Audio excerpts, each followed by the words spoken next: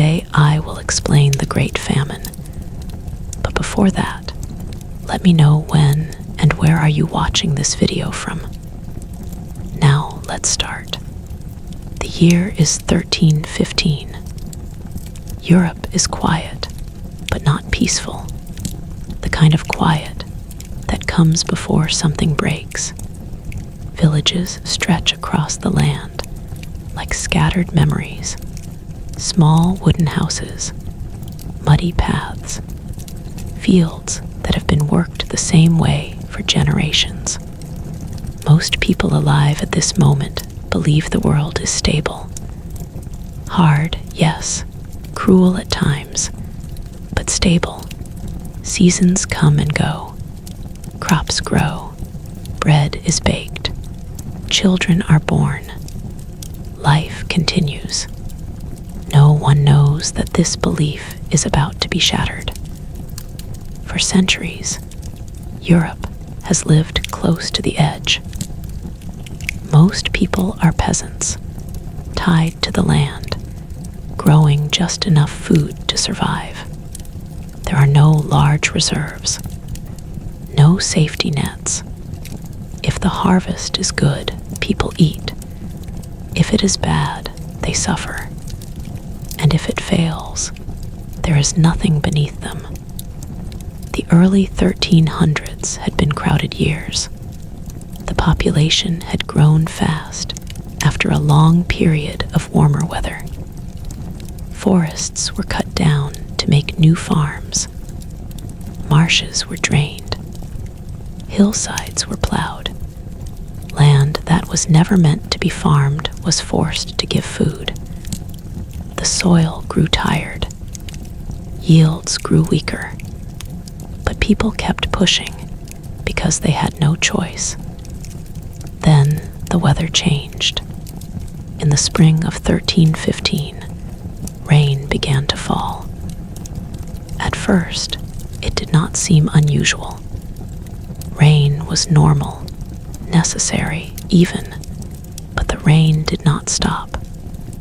Day after day, week after week, the sky stayed gray. Fields turned into mud. Seeds rotted before they could grow. Rivers overflowed, washing away what little had been planted. Farmers watched helplessly. They had done their part. They had plowed. They had sown. Now they could only look to the sky and wait. Summer arrived, but it brought no relief. The rain continued, cold and heavy. Hay could not dry. Grain could not ripen. Livestock grew thin because there was nothing to feed them. Horses weakened. Oxen collapsed in the fields. Without animals, plowing became impossible. Across northern Europe, England, France, the Low Countries, Germany, Scandinavia, the same story unfolded. Crops failed almost everywhere at the same time. This was not a local disaster. It was continental. In England, chroniclers wrote of fields that looked like swamps. In France, priests recorded prayers for sunshine that went unanswered. In Flanders, one of the richest regions in Europe, grain prices began to rise sharply. Bread, the food of life, became expensive, then scarce. By autumn, the truth could no longer be denied. The harvest had failed. Granaries stood half empty. Some were completely bare. Lords who collected grain as rent realized they had little to give back. Monasteries, usually places of charity, struggled to feed even their own monks. Towns that depended on the countryside began to feel the pressure as fewer carts arrived at their gates. People told themselves it was temporary. Next year would be better. God was testing them. God always tested them. Winter came early and harsh. Cold settled over the land like a lid, trapping fear beneath it. Food stores ran low faster than expected. Families began to stretch meals. Bread was mixed with whatever could be found: ground peas, tree bark, even grass. Children cried from hunger. Parents lied, saying they had already eaten. By early 1316, the famine had a name, even if people did not yet understand its scale. Hunger walked openly through villages. It sat at tables. It lay beside people at night. The poorest were hit first. Landless laborers, widows, orphans, beggars. They had nothing saved, nothing stored. They sold what little they owned: tools, clothes, even cooking pots for food. When there was nothing left to sell, they begged. When begging failed, they starved. But hunger does not stop with the poor. Soon, small farmers felt it too. Then craftsmen. Then even minor nobles. Grain prices doubled, then tripled. In some regions, they rose to 5 times their normal level. Wages did not rise. Coin meant nothing if there was no food to buy. Law and order began to weaken. Theft increased. People stole bread, grain, livestock, anything edible.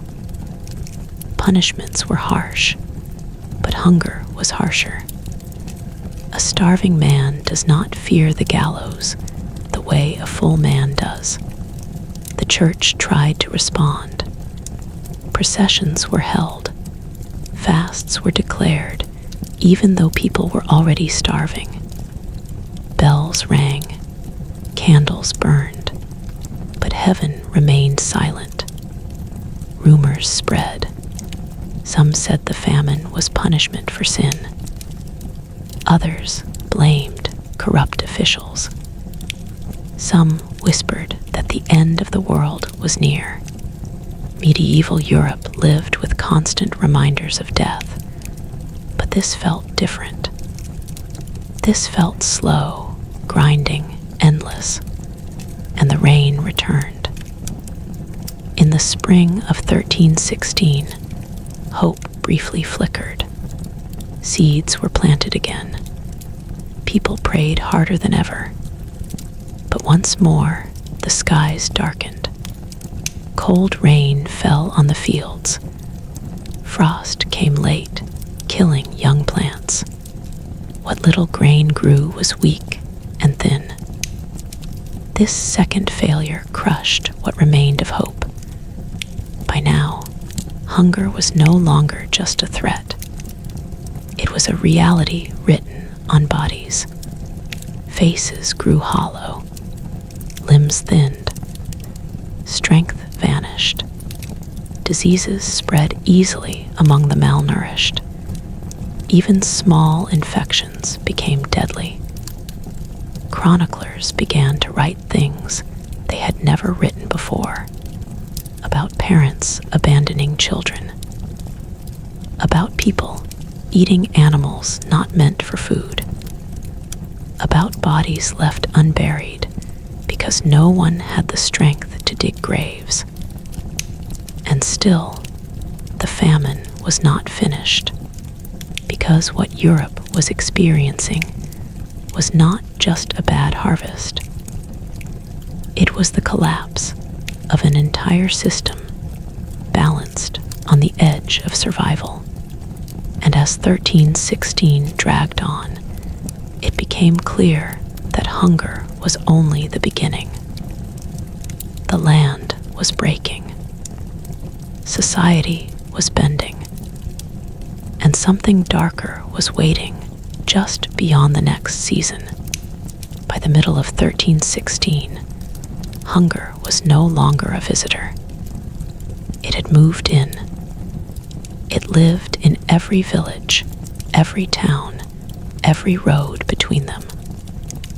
People no longer asked if the famine would end soon. They asked how long they could survive. Spring had failed them again, and now summer brought no comfort. The rain still came, cold and relentless, soaking the earth until fields became thick, sucking mud. Farmers walked through their land and felt nothing but despair. The grain that did grow stood weak and pale, bending under its own weight, useless before it could be harvested. In many places, there was no harvest at all. Food prices exploded. A loaf of bread that once cost a single coin now cost 5, sometimes 10. For most people, this meant starvation. Money could not save them. Even nobles found their silver useless when granaries were empty. Markets became places of tension and fear. People gathered not to trade, but to hope. Hope that a merchant would arrive with grain. Hope that prices would fall. Hope that today, somehow, there would be food. Often, they returned home with nothing. Hunger changed people. Those who had once been neighbors now competed for scraps. Charity faded as survival took over. Even monasteries, known for feeding the poor, closed their gates. They simply had nothing left to give. Some monks themselves starved behind stone walls meant to protect them. In England, royal records began to show panic. King Edward II ordered grain seized and redistributed, but there was not enough to seize. Officials traveled the countryside searching for hidden stores. Sometimes they found none. Sometimes they found hoarded grain and confiscated it by force, angering landowners and peasants alike. In France, similar measures failed. In the Low Countries, riots broke out in towns where bread ran out. Bakers were attacked.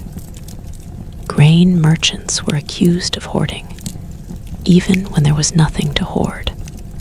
Anger needed a target, and hunger always finds one. Disease followed close behind.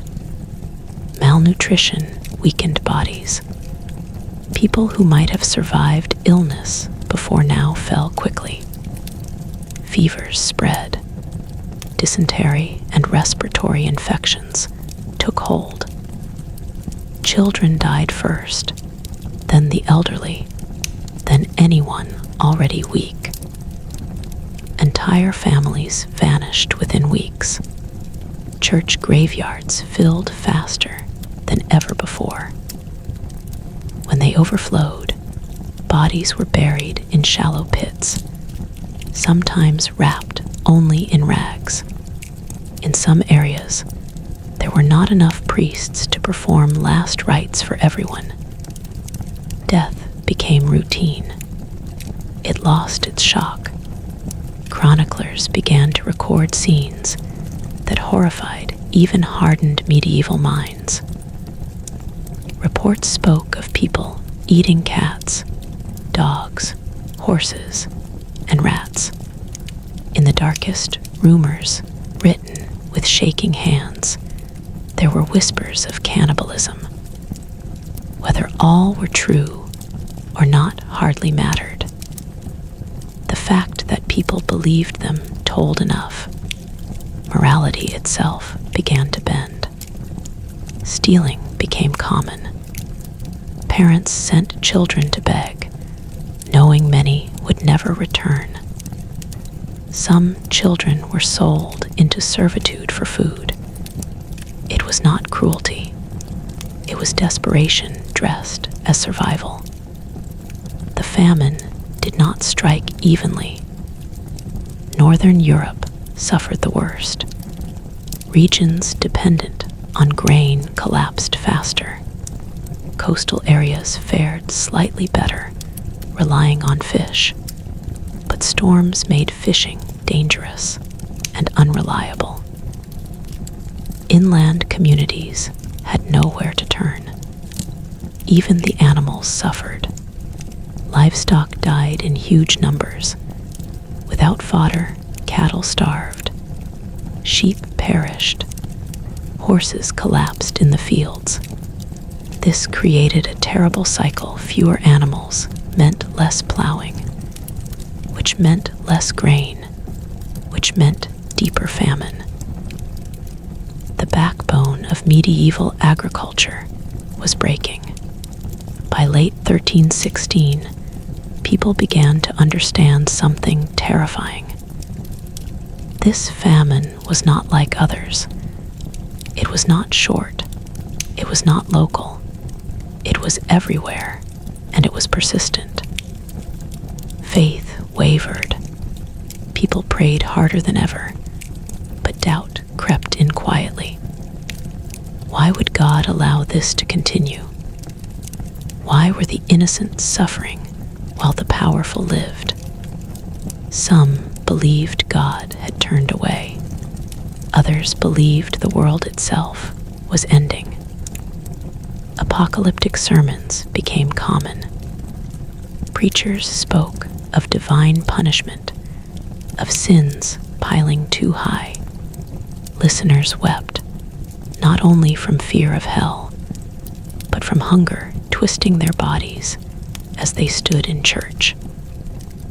Kings and lords were not spared.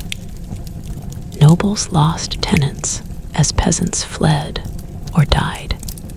Fields lay abandoned. Castles remained standing, but their wealth evaporated without labor to support it. Even armies weakened as soldiers lacked food. Wars slowed, not from mercy, but from hunger. In Scotland and parts of northern England, famine fed unrest. Raids increased. Borders grew unstable. Hunger blurred the lines between criminal and survivor. Winter returned again, colder than before.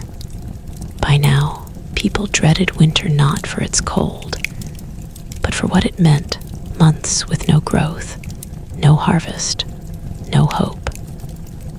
Families burned furniture for warmth. They ate whatever remained. Then they ate nothing. Death came quietly at night. A child would not wake. An elderly parent would stop breathing. Sometimes, a strong man would simply lie down and never rise again. By the start of 1317, Europe was exhausted. The land was scarred. Communities were hollowed out. The population had dropped sharply in many regions, though no one yet understood how many had died. What people did know was that life, as they remembered it, was gone. And yet, even now, the famine was not finished, because while hunger had already destroyed bodies and faith, it was about to reshape society itself, changing how people saw authority, survival, and each other forever. And as the clouds finally began to shift in the sky, no one knew whether what came next would bring relief or something far worse. By the opening months of 1317, Europe was no longer merely hungry. It was exhausted.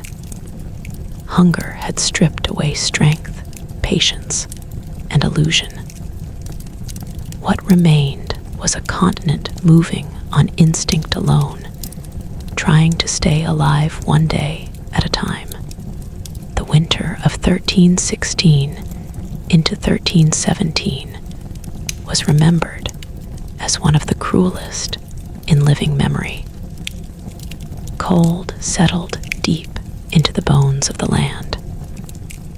Rivers froze hard enough to walk across.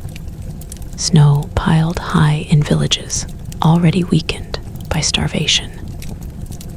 For people who had nothing left to burn, nothing left to eat, winter felt like a slow execution. Families huddled together for warmth, sharing breath, sharing fear. Many did not survive until morning. The dead were everywhere.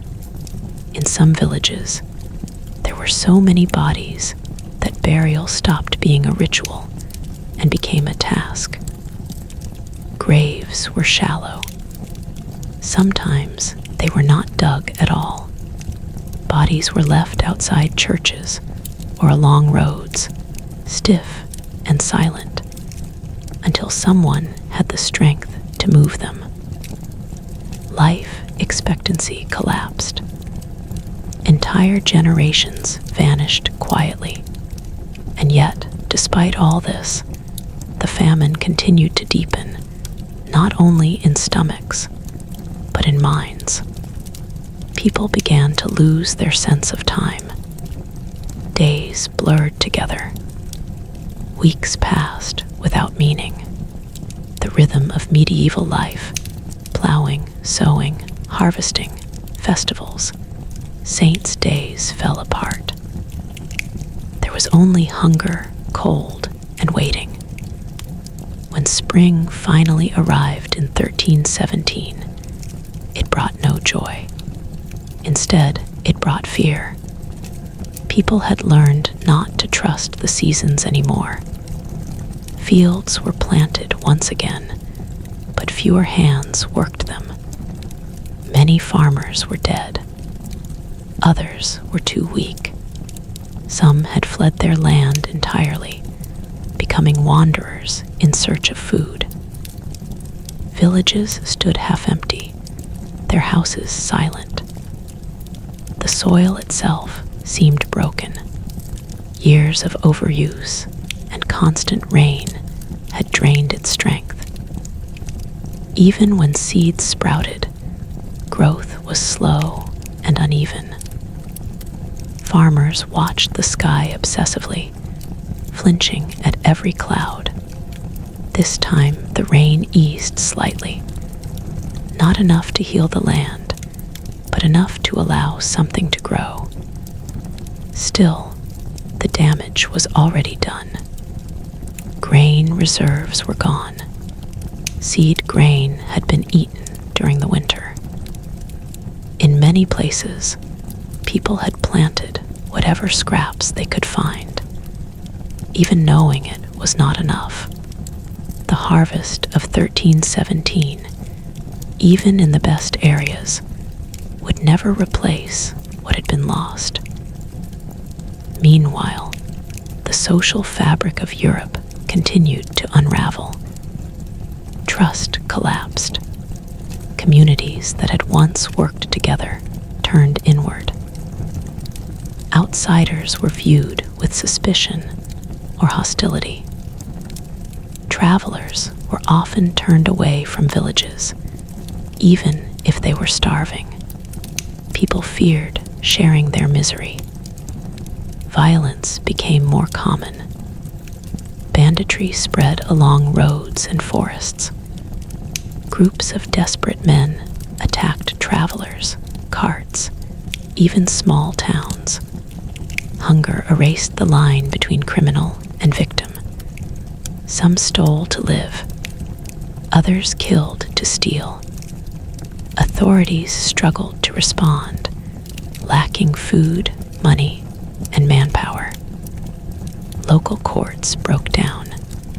Laws existed, but enforcing them required strength and stability, both of which were gone. Kings issued orders, but their reach was limited. Royal power depended on loyal nobles and functioning economies. Both were weakening. In many regions, local lords acted independently, hoarding what little remained, protecting their own lands while ignoring the suffering beyond them. This bred resentment. Peasants remembered who helped them and who did not. Though they lacked the strength to rebel, anger settled deep in memory. The famine planted seeds that would not sprout for decades, but when they did, they would change Europe forever. The church, too, struggled to maintain authority. Clergy were expected to provide comfort and explanation, but many had none. Some priests died alongside their congregations. Others fled. Faith did not disappear, but it changed. People prayed less for miracles and more for survival. God felt distant, silent, unreachable. Some turned to superstition. Others blamed witches, Jews, or strangers. Fear demanded someone to blame, though large-scale persecutions had not yet erupted. Suspicion began to grow in dark corners of the medieval mind. Children suffered the most. Those who survived early childhood famine often carried its scars for life. Weak bodies, stunted growth, fragile health. Many never reached adulthood. Those who did remembered hunger as their first teacher. Parents faced impossible choices. Feed one child or another.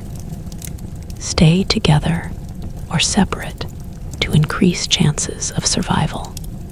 Some abandoned infants at monastery gates, hoping mercy still lived behind stone walls. In many cases, it did not. Across Europe, population numbers fell sharply. Modern historians would later estimate that between 10 and 25% of people in some regions died during the famine years. But at the time, numbers meant nothing. Loss was measured in empty houses, silent fields, and missing faces. Then, slowly, almost imperceptibly, the sky began to change. By mid-1317, weather patterns shifted. Rain still fell, but less violently. Sunlight returned in longer stretches. Crops began to grow more reliably. Fields that had been abandoned showed green again. It was not a miracle. It was not sudden, but it was enough. The harvest of late 1317 was modest, but real. For the first time in 3 years, granaries filled, even if only partially. Bread returned to markets, though at high prices. People ate carefully, cautiously, afraid to trust abundance. Survivors emerged from hiding. Those who had fled returned slowly, if they returned at all. Some villages were never rebuilt. Some lands remained empty, reclaimed by weeds and forest. Europe had changed shape. Its human landscape altered forever. But relief brought its own pain. The famine had not ended cleanly. It had left behind weakened bodies and shattered systems. Disease continued to claim lives. Recovery was uneven. Some regions stabilized faster than others. inequality widened, and beneath everything lay trauma. People had learned a terrible lesson.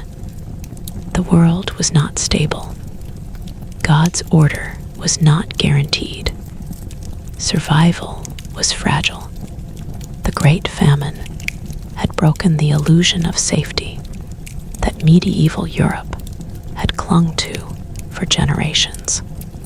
And while people focused on rebuilding, on eating, planting, surviving, they did not realize that another catastrophe was already forming in the shadows, one that would strike an already weakened continent with unimaginable force. Because hunger had prepared the ground, and death was not finished yet.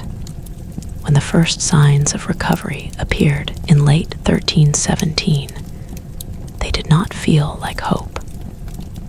They felt like disbelief. People had been disappointed too many times. The land had betrayed them before, and no one trusted it now. Grain grew again in some regions, yes, but slowly, unevenly, and often not enough. Fields that once fed dozens now fed a handful, and many of those who would have harvested them were already dead. Survivors moved carefully through this new world. They ate smaller portions even when more food was available, afraid the supply would vanish overnight. Bread was still precious. Waste was unthinkable. Hunger had rewired behavior, teaching lessons that would last a lifetime. Even children who barely remembered the worst days had learned to hoard crumbs, to hide food, to fear empty bowls. The famine had not ended cleanly. It faded like a fever breaking slowly, leaving the body weak and shaken. Death continued to stalk the countryside, not from starvation now, but from sickness. Malnourished bodies could not recover easily.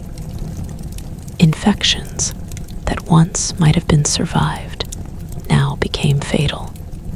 The famine years blurred into years of disease, creating a lingering shadow that stretched far beyond 1317. Villages that had lost half their population struggled to function. Fields lay unused because there were not enough hands to work them. Tools rusted. Roofs collapsed. Entire communities disappeared from records, swallowed by silence. In some areas, travelers walked for miles without seeing another living soul, passing empty houses with doors swinging open in the wind. Those who remained alive found themselves in a strange position. Labor, once cheap and plentiful, was now rare. Peasants who survived suddenly held power they had never known. Lords needed workers to bring land back into production. Some offered better terms, lower rents, even freedom from certain obligations. Others tried to force old systems back into place, refusing to accept that the world had changed. This tension simmered quietly. It did not explode yet, but it settled deep, waiting. The famine had exposed how fragile authority truly was. Kings had issued orders, but hunger had ignored them. Laws had existed, but starvation had broken them. People remembered this. They remembered who helped and who hoarded. Trust in leadership weakened, replaced by quiet resentment and growing awareness. The church faced crisis of meaning. It had preached that suffering had purpose, that famine was divine punishment or divine testing. But 3 years of relentless hunger had shaken even the faithful. Many clergy had died. Others had failed their communities. Some monasteries emerged, respected for sharing what little they had.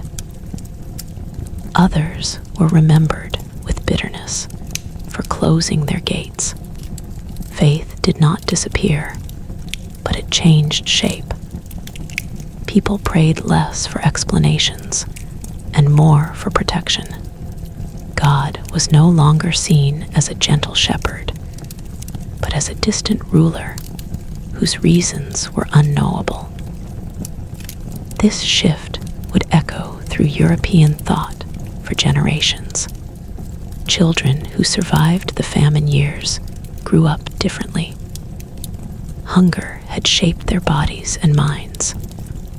Many were smaller, weaker, more vulnerable to illness. But they were also hardened. They understood scarcity. They understood fear. They understood that the world could turn against them without warning. Families had been torn apart. Orphans wandered the roads. Some were taken in. Many were not. The famine created a lost generation, one that would struggle to find stability in a world already damaged. Economies rebuilt slowly. Trade routes reopened, but trust between regions had been damaged. Grain-producing areas guarded their harvests fiercely. Cities grew cautious, stockpiling when possible, learning lessons paid for in blood. The idea of preparation, of reserves, gained new importance. Yet even as Europe recovered, it carried invisible wounds. The Great Famine had reduced population pressure on the land, but it had also weakened resistance to disease. Bodies were fragile. Immune systems were compromised. When sickness appeared, it spread quickly.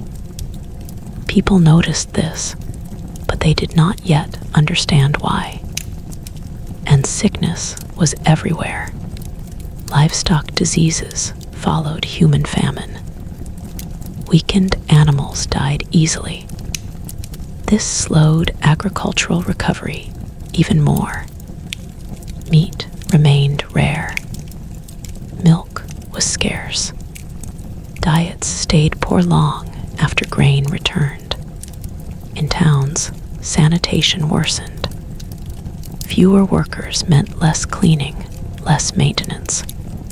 Waste accumulated. Rats thrived. Fleas spread quietly, unnoticed, feeding on weakened hosts.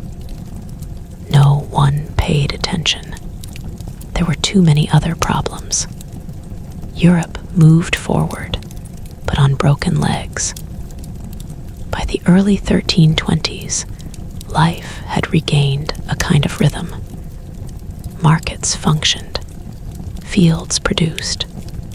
Children were born again, but nothing felt secure.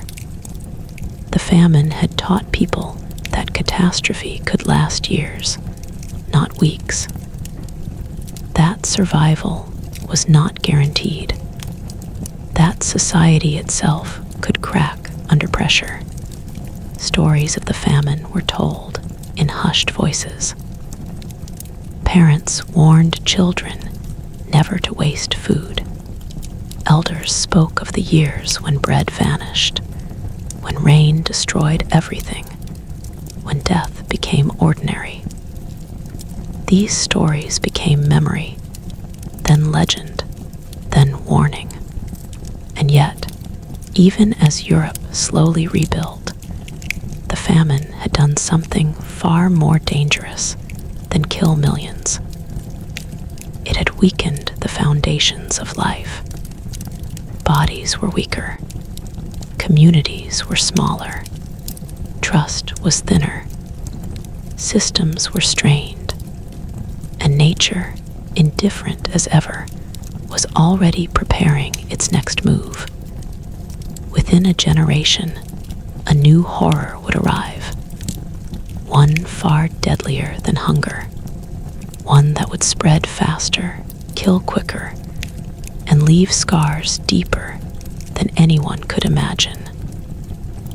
The Great Famine had been the opening act, and Europe, still bruised and tired, had no idea that the worst disaster in its history was quietly approaching. As the famine loosened its grip, Europe did not step back into normal life. It limped. Survival had changed people in ways that could not be undone. The land looked green again in places, but the memory of empty fields lingered like a ghost. Every cloud still carried fear. Every poor harvest felt like the beginning of the end. People began to take stock of what had been lost, not in numbers, but in absence. Houses stood empty for years. Some villages never recovered at all. Roads once busy with carts and travelers grew quiet. Churches echoed with fewer voices. Bells rang, but for smaller crowds. Those who survived found themselves surrounded by reminders of death. Fields still held bones, turned white by sun and rain. Old burial pits collapsed, revealing what had been hastily hidden. The earth itself seemed to remember. Landowners faced a new reality. With fewer peasants to work the fields, land lost value. Grain production remained low, not because of weather now, but because there were not enough hands. Some lords tried to force survivors back into old obligations. Others realized resistance would mean abandoned land and total collapse. Quiet negotiations replaced commands. For the first time in generations, peasants had leverage. They moved where conditions were better. They demanded lower rents. They refused impossible demands. Hunger had stripped away fear. A man who had watched his children starve was not easily threatened by law or punishment. This shift was subtle, slow, and uneven, but it mattered. The famine had cracked the rigid hierarchy of medieval life. It did not break it yet, but the fractures were real. In towns, the impact was just as deep. Artisans struggled to find customers who could afford their work. Luxury goods lost importance. Survival mattered more than beauty. Guilds weakened. Apprenticeships collapsed as families could no longer support long training periods. Trade recovered slowly. Merchants remained cautious, remembering how quickly routes had failed when food vanished. Some regions turned inward, prioritizing local survival over long-distance profit. The world felt smaller, more fragile. Food habits changed permanently. People relied less on wheat when possible, turning to hardier grains like rye and barley. Bread remained central, but variety increased wherever it could. The famine had taught a painful lesson. Dependence on a single crop could be deadly. Livestock numbers recovered slowly, Cattle breeding took years. Horses remained rare and expensive. Farming stayed inefficient. Recovery dragged on, year after year, never quite reaching what it had been before. Meanwhile, the psychological weight of the famine pressed heavily on every generation that lived through it. People spoke differently. Jokes faded. Celebrations felt restrained.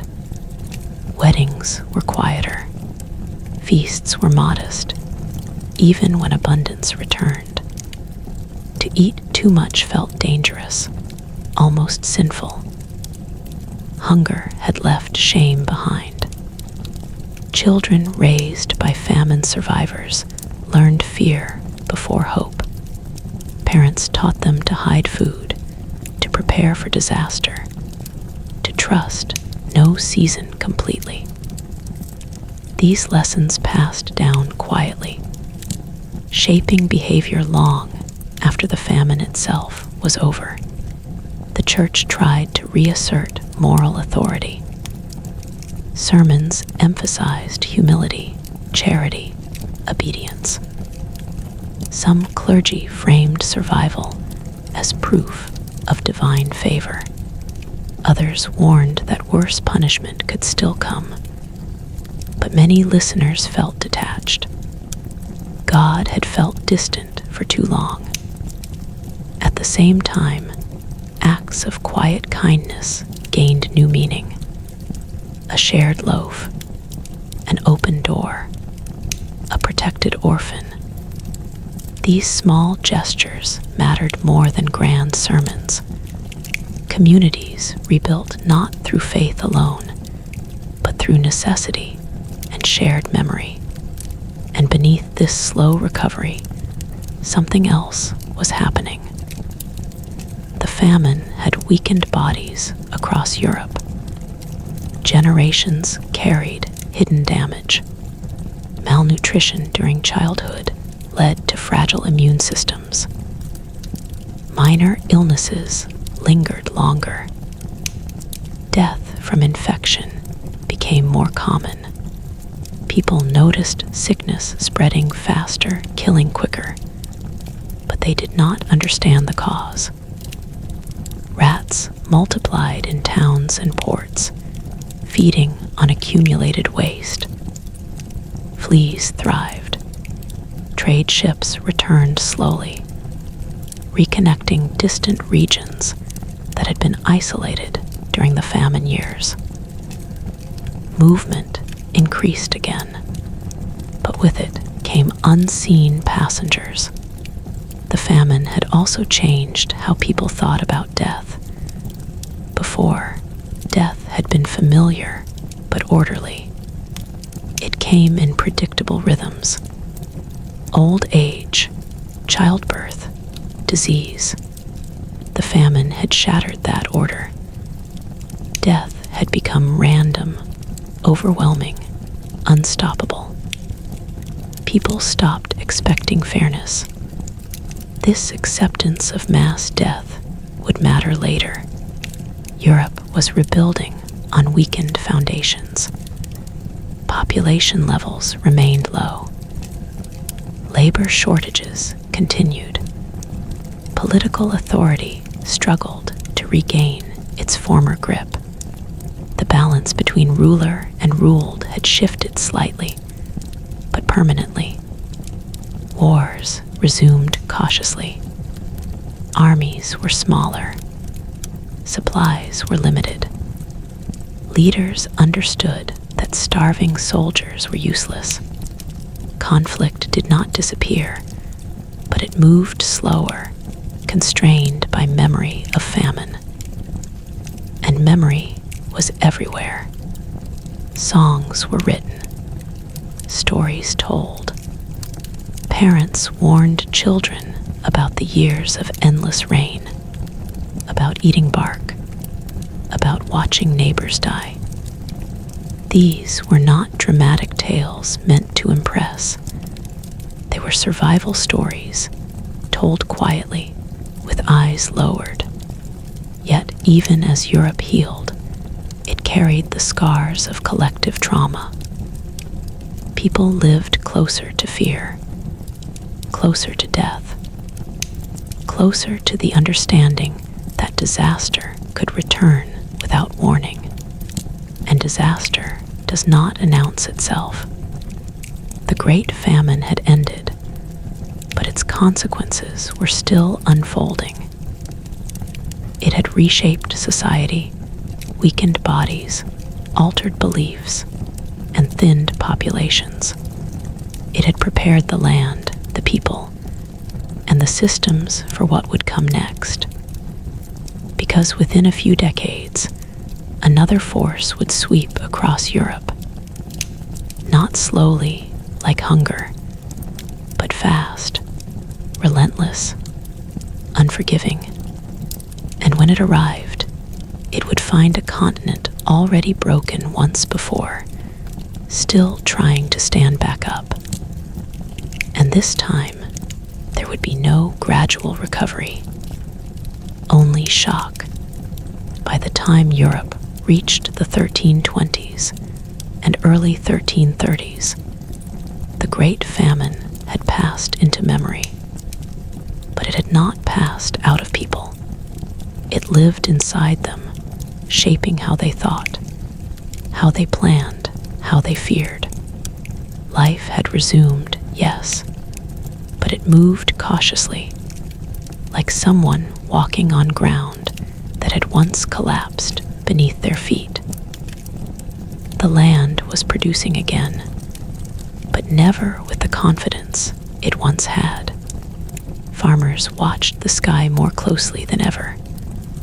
A long rain no longer meant blessing. It meant danger. A late frost caused panic. People reacted faster, more sharply, because they remembered how quickly everything could fall apart.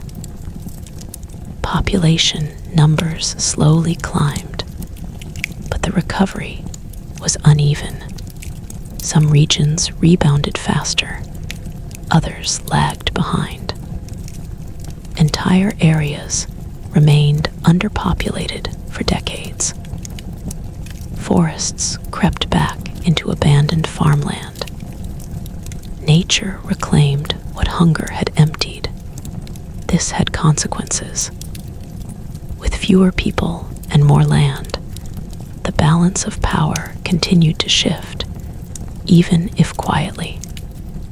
Survivors demanded better terms. Laborers moved freely in ways their parents never could have imagined.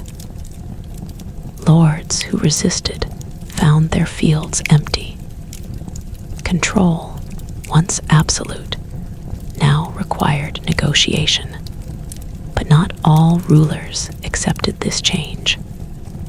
Across Europe, efforts began to restore the old order. Laws were discussed.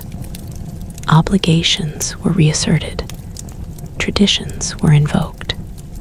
The memory of famine made rulers desperate to rebuild stability, even if that meant tightening control again.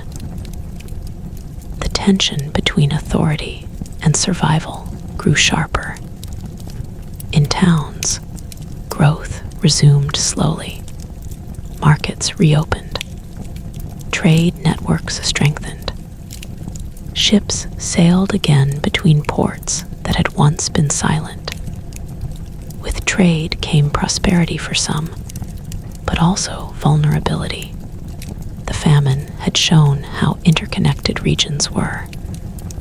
A failure in one place could ripple outward. People remembered this, even if they could not fully explain it. Food storage improved slightly. Some communities tried to maintain reserves, but old habits were hard to break. Surpluses were sold for profit. Preparedness faded as memories softened. Human nature returned to normal, and still, bodies remained weak. Those born during or shortly after the famine years were different. Smaller, more fragile, more susceptible to illness. Chronic weakness became common. Life expectancy remained lower than before. The famine had reshaped biology itself, not just society. Disease became a constant background presence. Minor outbreaks flared more often. Fevers passed through villages. Infections lingered. People died from causes that once would have been survivable. No one fully understood why, but many sensed that something had changed inside the human body. Livestock diseases continued as well. Animals born to weakened parents struggled. Herds recovered slowly. Protein remained scarce for the poor. Diets stayed limited. Bread returned, but meat remained a luxury. The psychological damage ran deep. People trusted less, shared less, planned less far into the future. The famine had taught them that tomorrow was uncertain. Saving for a distant future felt foolish when survival itself had once disappeared overnight. And yet, life went on. Children were born who had never known the famine. They played in fields that had once been mass graves. They laughed in villages rebuilt from ruin. Their parents watched them with a strange mix of hope and fear, knowing how fragile safety truly was. Stories of the famine became lessons. Never waste food. Never rely on one harvest. Never trust the weather. Never assume protection. These warnings passed quietly from generation to generation, shaping behavior long after the cause was gone. At the same time, Europe was opening back up to the wider world. Trade with Asia and the Middle East increased. Silk, spices, metals, and ideas flowed westward. Ships grew larger. Routes grew busier. Markets expanded. Cities grew denser again. Ports became crowded places of exchange and opportunity. They also became gateways. No one noticed the rats. They were always there, in ships, in warehouses, in alleys. But now there were more of them, feeding on waste, breeding quickly, carrying fleas, moving freely between ships and cities. No one feared them. Why would they? Rats were a nuisance, nothing more. And no one connected them to sickness. People blamed bad air, bad humors, divine will. Ancient theories explained disease as imbalance, not infection.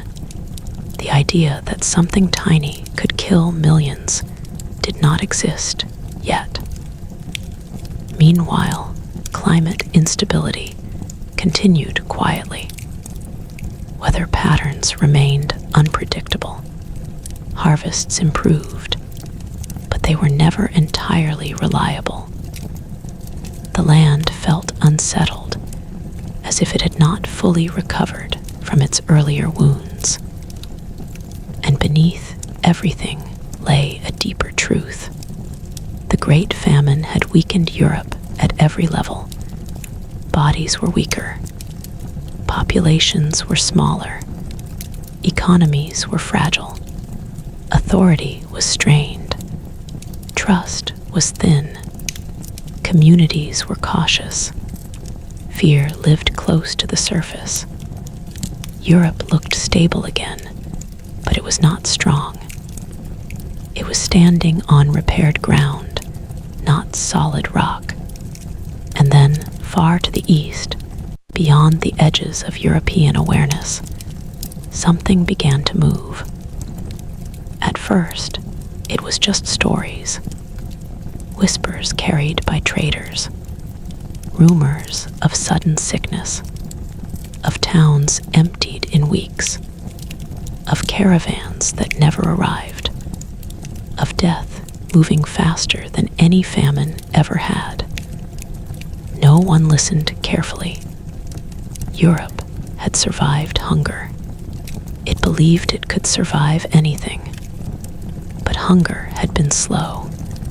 What was coming would not be. And when it arrived, it would not give people years to adapt. Only days, only hours, and the lessons of the famine, painful as they were, would not be enough to save them. By the late 1330s, Europe believed it had survived its great trial. The famine had faded into memory, into warnings whispered by elders and habits passed down in silence. Life felt fragile, but it felt possible again. Fields were worked. Towns were busy. Children laughed. Markets hummed. The world, though scarred, appeared to be healing. But healing is not the same as strength. Beneath the surface, Europe was still vulnerable. The Great Famine had hollowed it out in ways that could not be seen easily.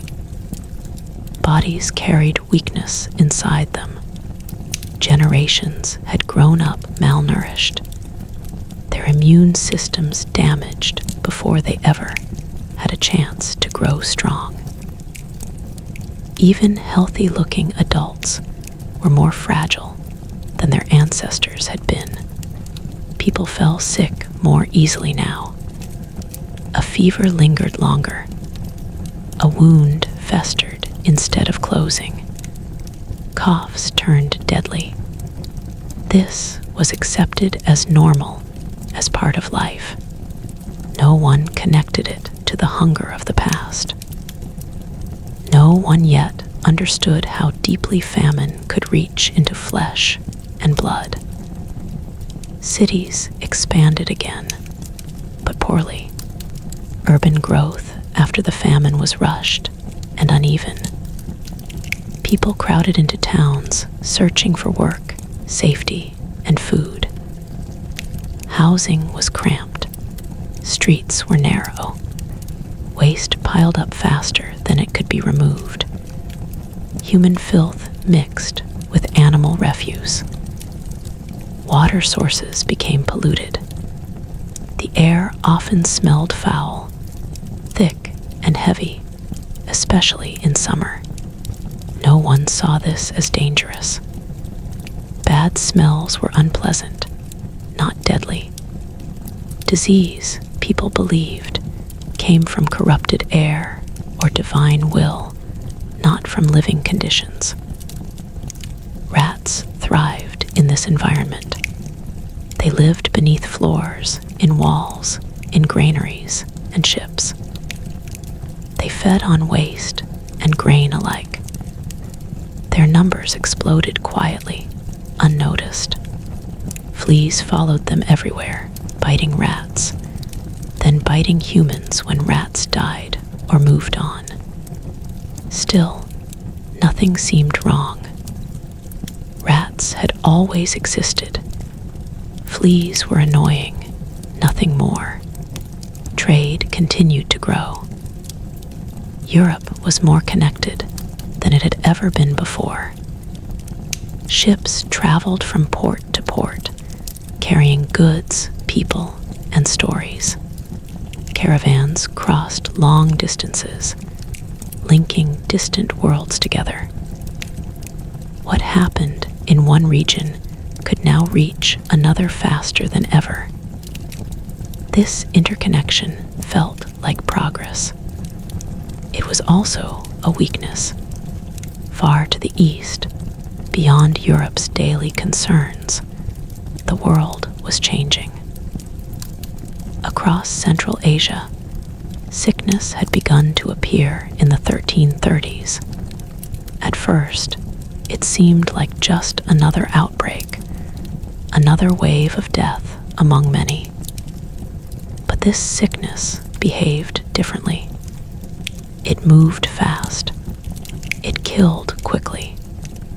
Entire communities vanished in weeks.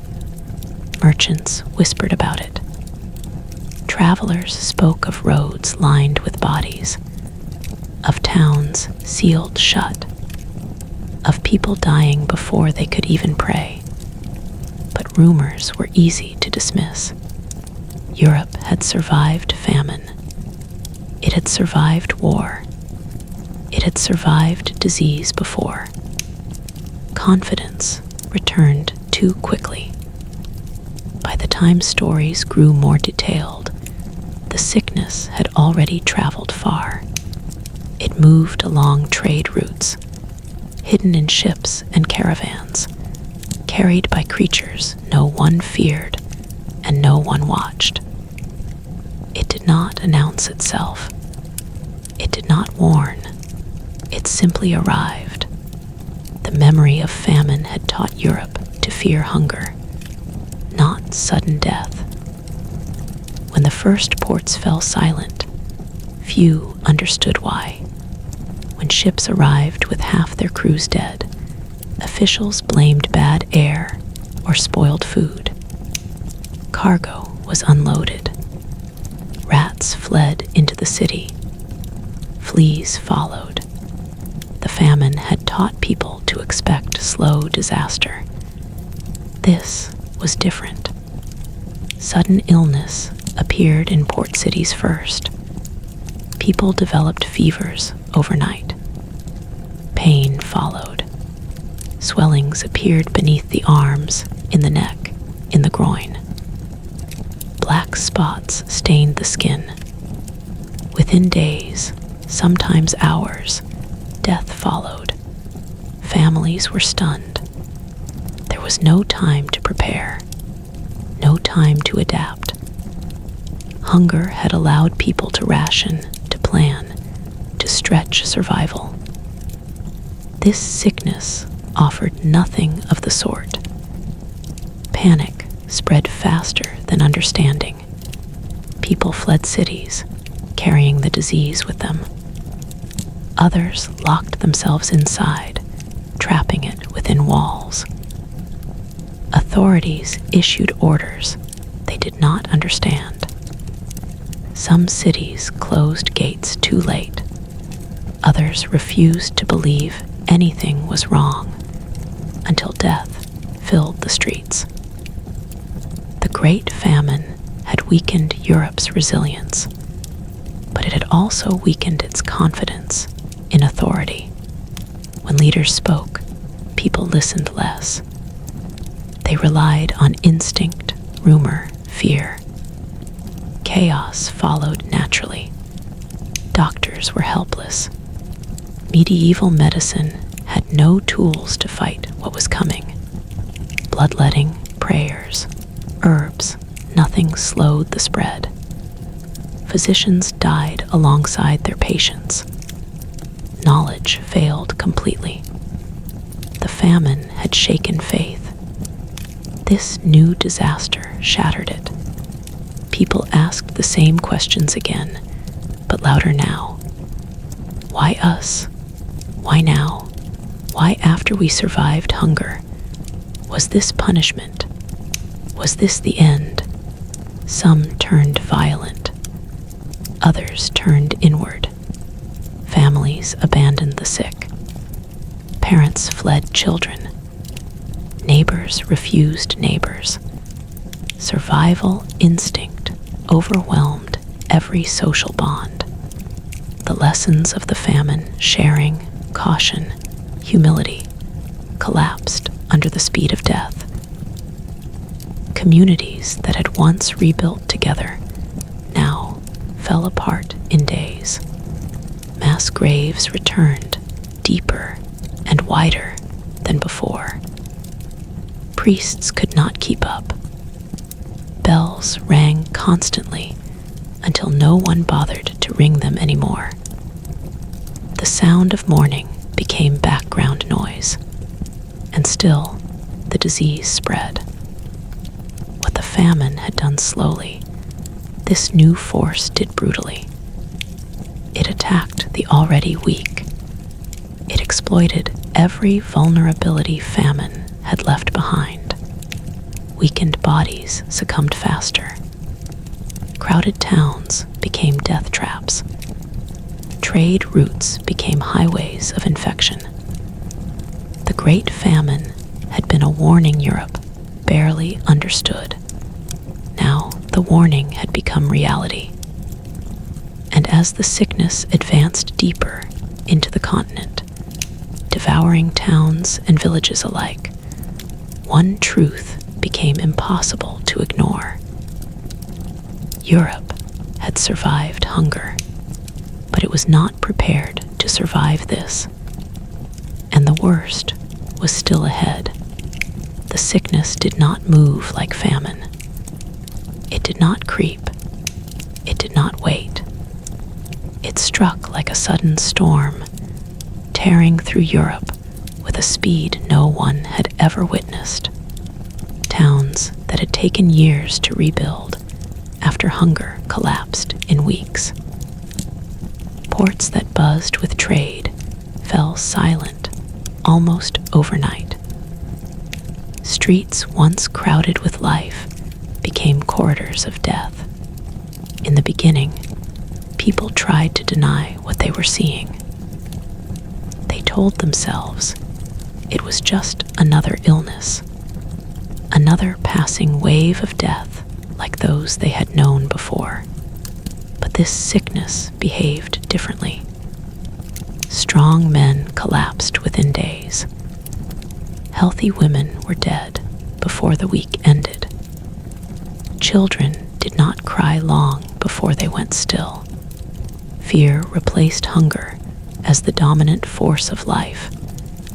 People stopped touching each other. They stopped gathering. They stopped trusting. A cough could mean death. A fever meant isolation. Families shattered under the pressure. Some locked their doors and refused to let anyone in, even loved ones. Others fled without warning, abandoning the sick behind them. The famine had taught people how to endure slow suffering. This taught them how quickly everything could end. Cities became traps. The very density that once brought opportunity now brought destruction. Narrow streets held death in the air. Houses packed with families became breeding grounds for sickness. Rats ran freely through alleyways, through homes, through markets, carrying death without knowing it. Officials tried to impose order, but panic moved faster than authority. Quarantines were declared too late or ignored completely. City gates closed after the disease was already inside. Guards fled their posts. Laws meant nothing when survival was at stake. Doctors were powerless. They examined bodies swollen with pain, marked by darkened skin, burning with fever. They bled patients, burned herbs, whispered prayers, recited ancient texts. Nothing worked. Many doctors died themselves, victims of the same sickness they tried to understand. The famine had weakened bodies, but it had also weakened belief in knowledge. Now medicine itself collapsed under the weight of failure. Religion surged and fractured at the same time. Some people threw themselves into prayer, marching through streets in desperate processions, begging for mercy. Others abandoned faith entirely, Convinced that heaven had turned its face away, fanatics rose, preaching punishment and doom. Fear fed extremism easily. Mass graves became common again, but this time they filled faster than hands could dig. Bodies piled up. The smell of death became constant. In some places, burial stopped altogether. Corpses were thrown into pits, rivers, or left in houses to rot because no one dared to enter. The famine had made death familiar. This made it overwhelming. Trade collapsed. Merchants stopped traveling. Ships avoided infected ports. Food supplies were disrupted again, not by rain this time, but by fear. Hunger returned in places already drowning in sickness. The two disasters overlapped, feeding each other cruelly. Peasants fled cities, carrying the disease into the countryside. Villages that had survived famine suddenly faced annihilation.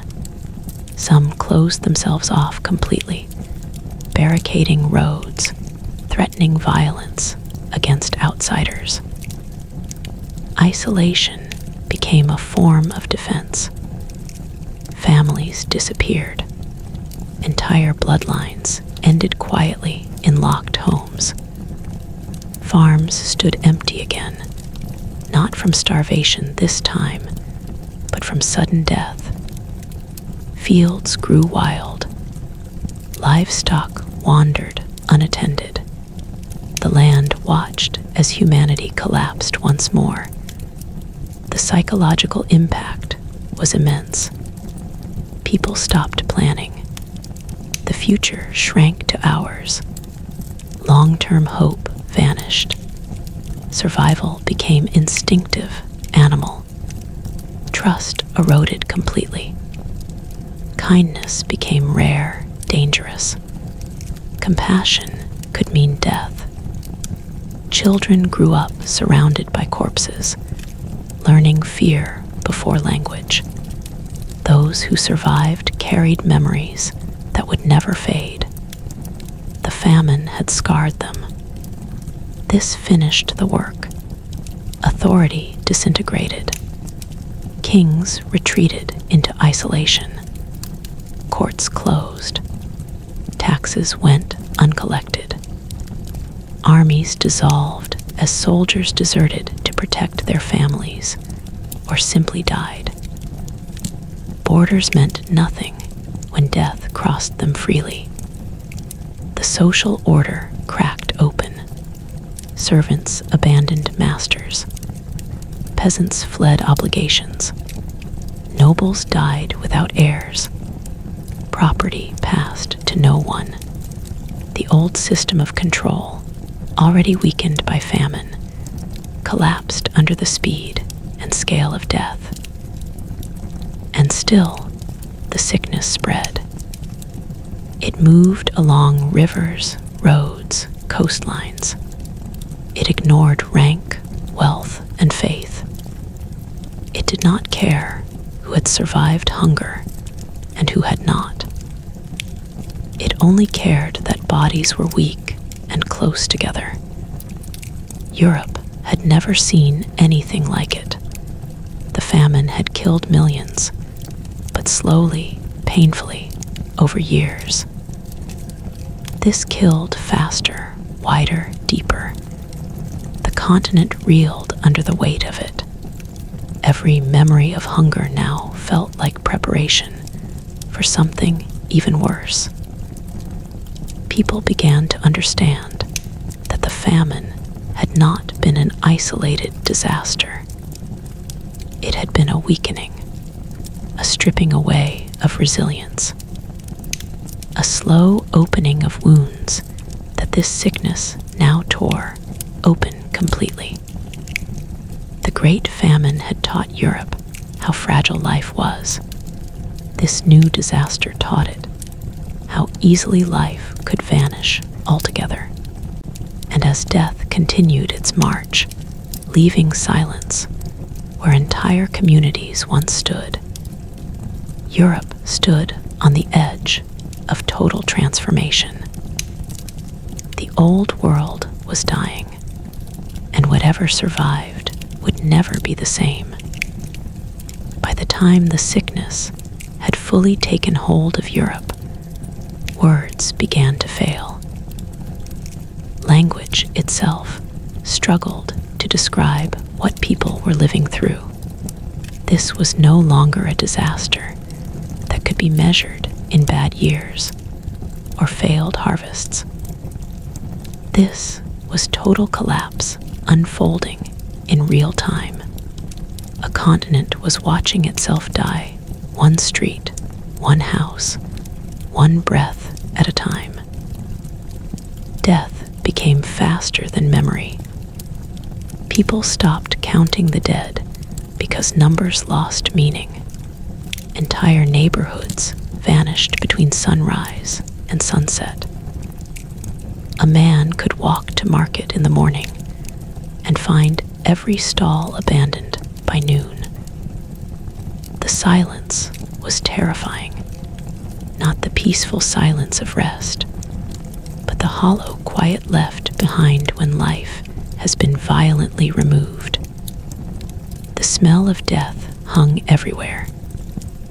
It clung to clothes, to hair, to walls. Fires burned constantly, not for warmth, but to fight the stench and the fear that seemed to live in the air itself. People believed the air was poisoned, cursed, corrupted. They covered their faces, burned incense, fled open spaces, and crowded ones alike. There was no safe place. The speed of dying shattered every rule people had learned during the famine. Hunger had allowed time to grieve. This did not. A child could be laughing at sunrise and dead by nightfall. Parents learned not to hope too strongly, because hope made the loss unbearable. Love itself became dangerous. Hospitals overflowed and then emptied, not because people recovered, but because there was no one left to treat them. Caregivers collapsed beside patients. Nurses died mid-task. The sick lay unattended, crying out until their voices faded. In some places, no one answered screams anymore. People learned that responding could mean joining them. Mass graves expanded into landscapes of death. Pits were dug wider, deeper, faster. Bodies were thrown in without ceremony. Sometimes families begged to bury their loved ones properly. Often they were denied. Survival had erased ritual. Even the dignity of death became a luxury. Priests could not keep up. Many died. Others refused to enter infected homes. Last rites vanished for most. People died alone, convinced their souls were lost, abandoned by both heaven and earth. This spiritual terror cut deeper than hunger ever had. The famine had weakened belief. This shattered it. Some turned to extreme faith.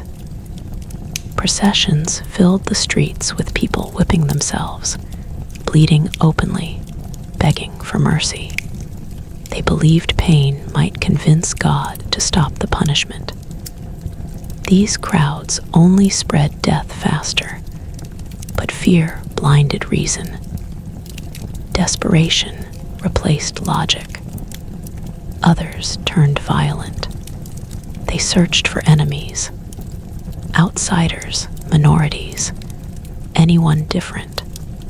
Panic needed direction. Blame needed a face. Rumors exploded. Poisoned wells. Dark magic. Secret plots. Communities lashed out, tearing themselves apart from the inside. The fragile social bonds rebuilt after the famine snapped completely. Families that had survived hunger together now disintegrated. Parents abandoned children. Children fled parents. Marriage meant nothing when tomorrow was uncertain. Promises dissolved. Survival erased loyalty. And yet, within this chaos, something deeply human emerged. Some people stayed. Some nursed the sick knowing it meant death. Some fed strangers. Some dug graves until their hands bled. These acts did not stop the plague. They did not change the outcome, but they mattered. They became quiet defiance against a world that no longer made sense. The famine had taught Europe endurance. This demanded courage of a different kind. Entire professions vanished. Bakers, smiths, merchants, teachers, craftsmen. Knowledge was lost, not because it was forgotten, but because the people who carried it died. Workshops fell silent. Skills disappeared. The medieval world began to unravel at its foundations. Land ownership collapsed into chaos. With heirs dead, property passed unpredictably or not at all. Lords died without successors. Peasants took abandoned land simply because no one was left to claim it. Authority dissolved into emptiness. The famine had loosened hierarchy. This obliterated it. Cities shrank dramatically. Some lost half their population. Others lost more.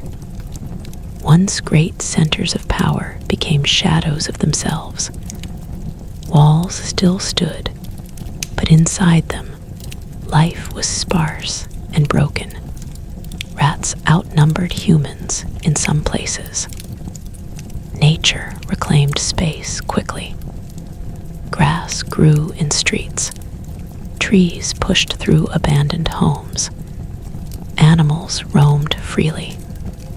The world did not mourn humanity. It adjusted. Survivors lived with constant dread. Every ache felt like a death sentence. Every fever caused panic. People watched each other closely, suspicious of any sign of illness. Isolation became instinct. Loneliness became safety. The mental toll was immense. People stopped believing the future could be better. They lived moment to moment. Time flattened. The past felt distant. The future felt unreal. The present was unbearable. Children who survived grew up surrounded by death, so constant that it became normal. Their understanding of life was shaped by loss. The famine had introduced fear.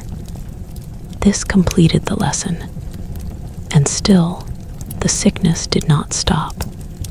It surged, retreated, returned. Waves of death rolled across regions again and again.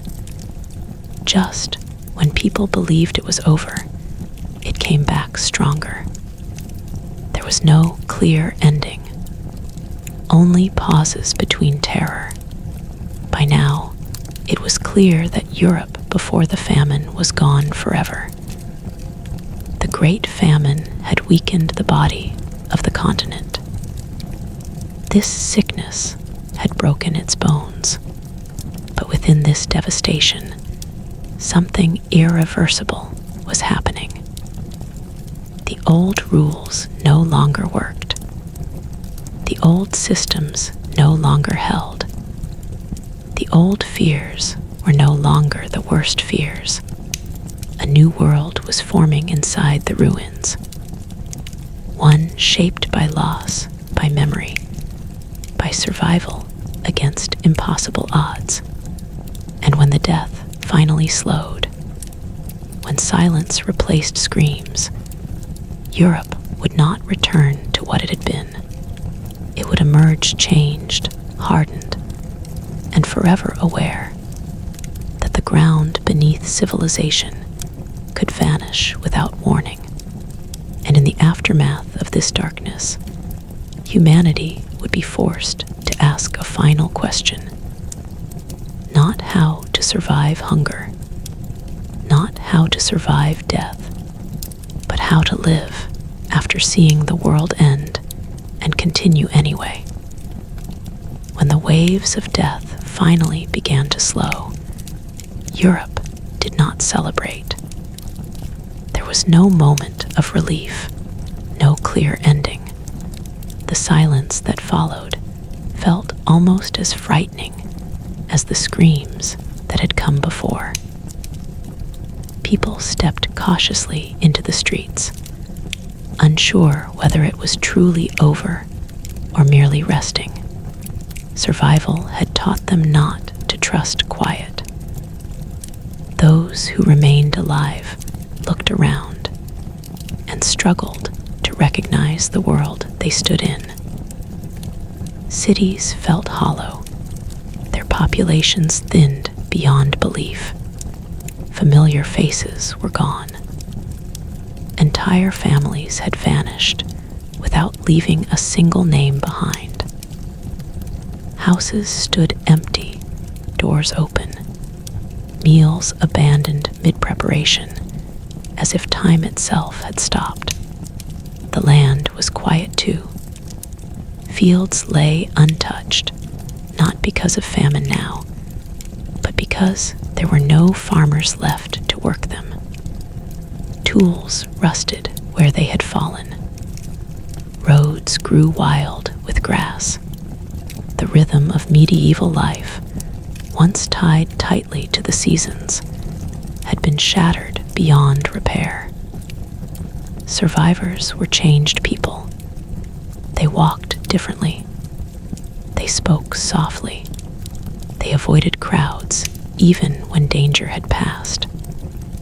Touch felt unfamiliar. Laughter felt risky. Many carried guilt simply for being alive when so many others were not. Survival itself felt like a burden. The famine had taught Europe to fear hunger. The plague taught it to fear closeness. Trust returned slowly, painfully. Neighbors approached one another with hesitation. Handshakes were rare. Hospitality, once sacred, was now guarded. The idea of shared space had become dangerous in memory, and memory ruled behavior. Authority attempted to reassemble itself, but it found a world unwilling to return to old rules. Kings issued commands to rebuild, to restore order, to resume obligations. Many were ignored. Power had leaked away during the years of chaos, and it could not be gathered back easily. Labor was scarce beyond anything seen before. Survivors realized this quickly. For the first time, ordinary people understood their value. Work demanded fairer terms. Wages rose. Serfdom weakened further. Lords who resisted found themselves without workers, without crops, without power. The Great Famine had cracked the system. The plague had shattered it. Land changed hands not through inheritance, but through survival. Those who lived took what was left behind. property, laws struggled to keep up with reality. Entire estates were abandoned or absorbed. Social mobility increased not through ambition, but through absence. The church emerged shaken. Its power had survived hunger. It barely survived mass death. Too many prayers had gone unanswered. Too many clergy had fled or died. Faith remained, but obedience weakened. People prayed privately now, cautiously, without expectation. God was no longer assumed to be kind or predictable. At the same time, charity gained new meaning, not as obligation, but as choice. Acts of kindness carried weight they never had before. To help another person live felt like defiance against a world that had tried to erase humanity entirely. Knowledge began to shift. People questioned old explanations. Bad air no longer felt sufficient. Divine punishment felt incomplete.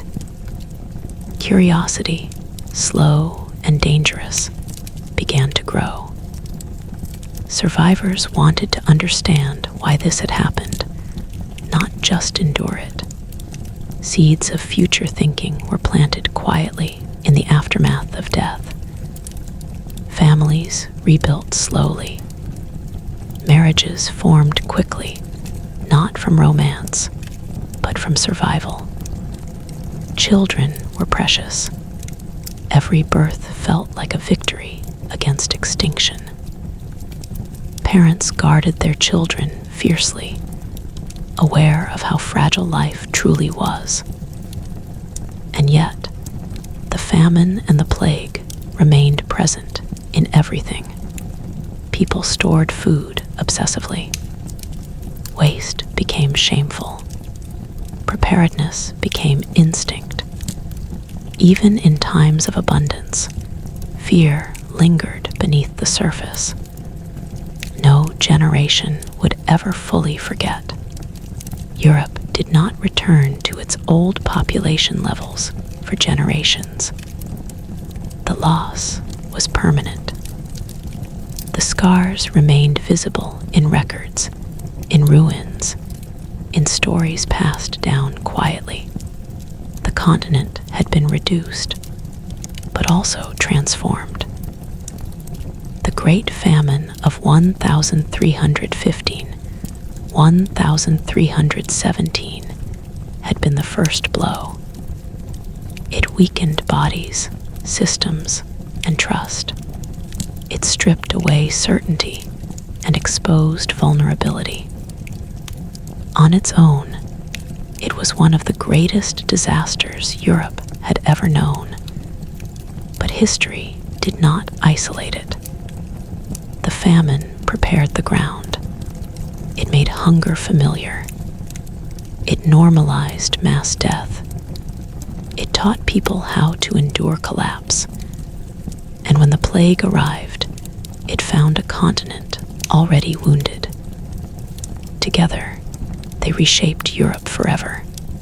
The world that emerged afterward was harsher, but more flexible, more fearful, but more aware.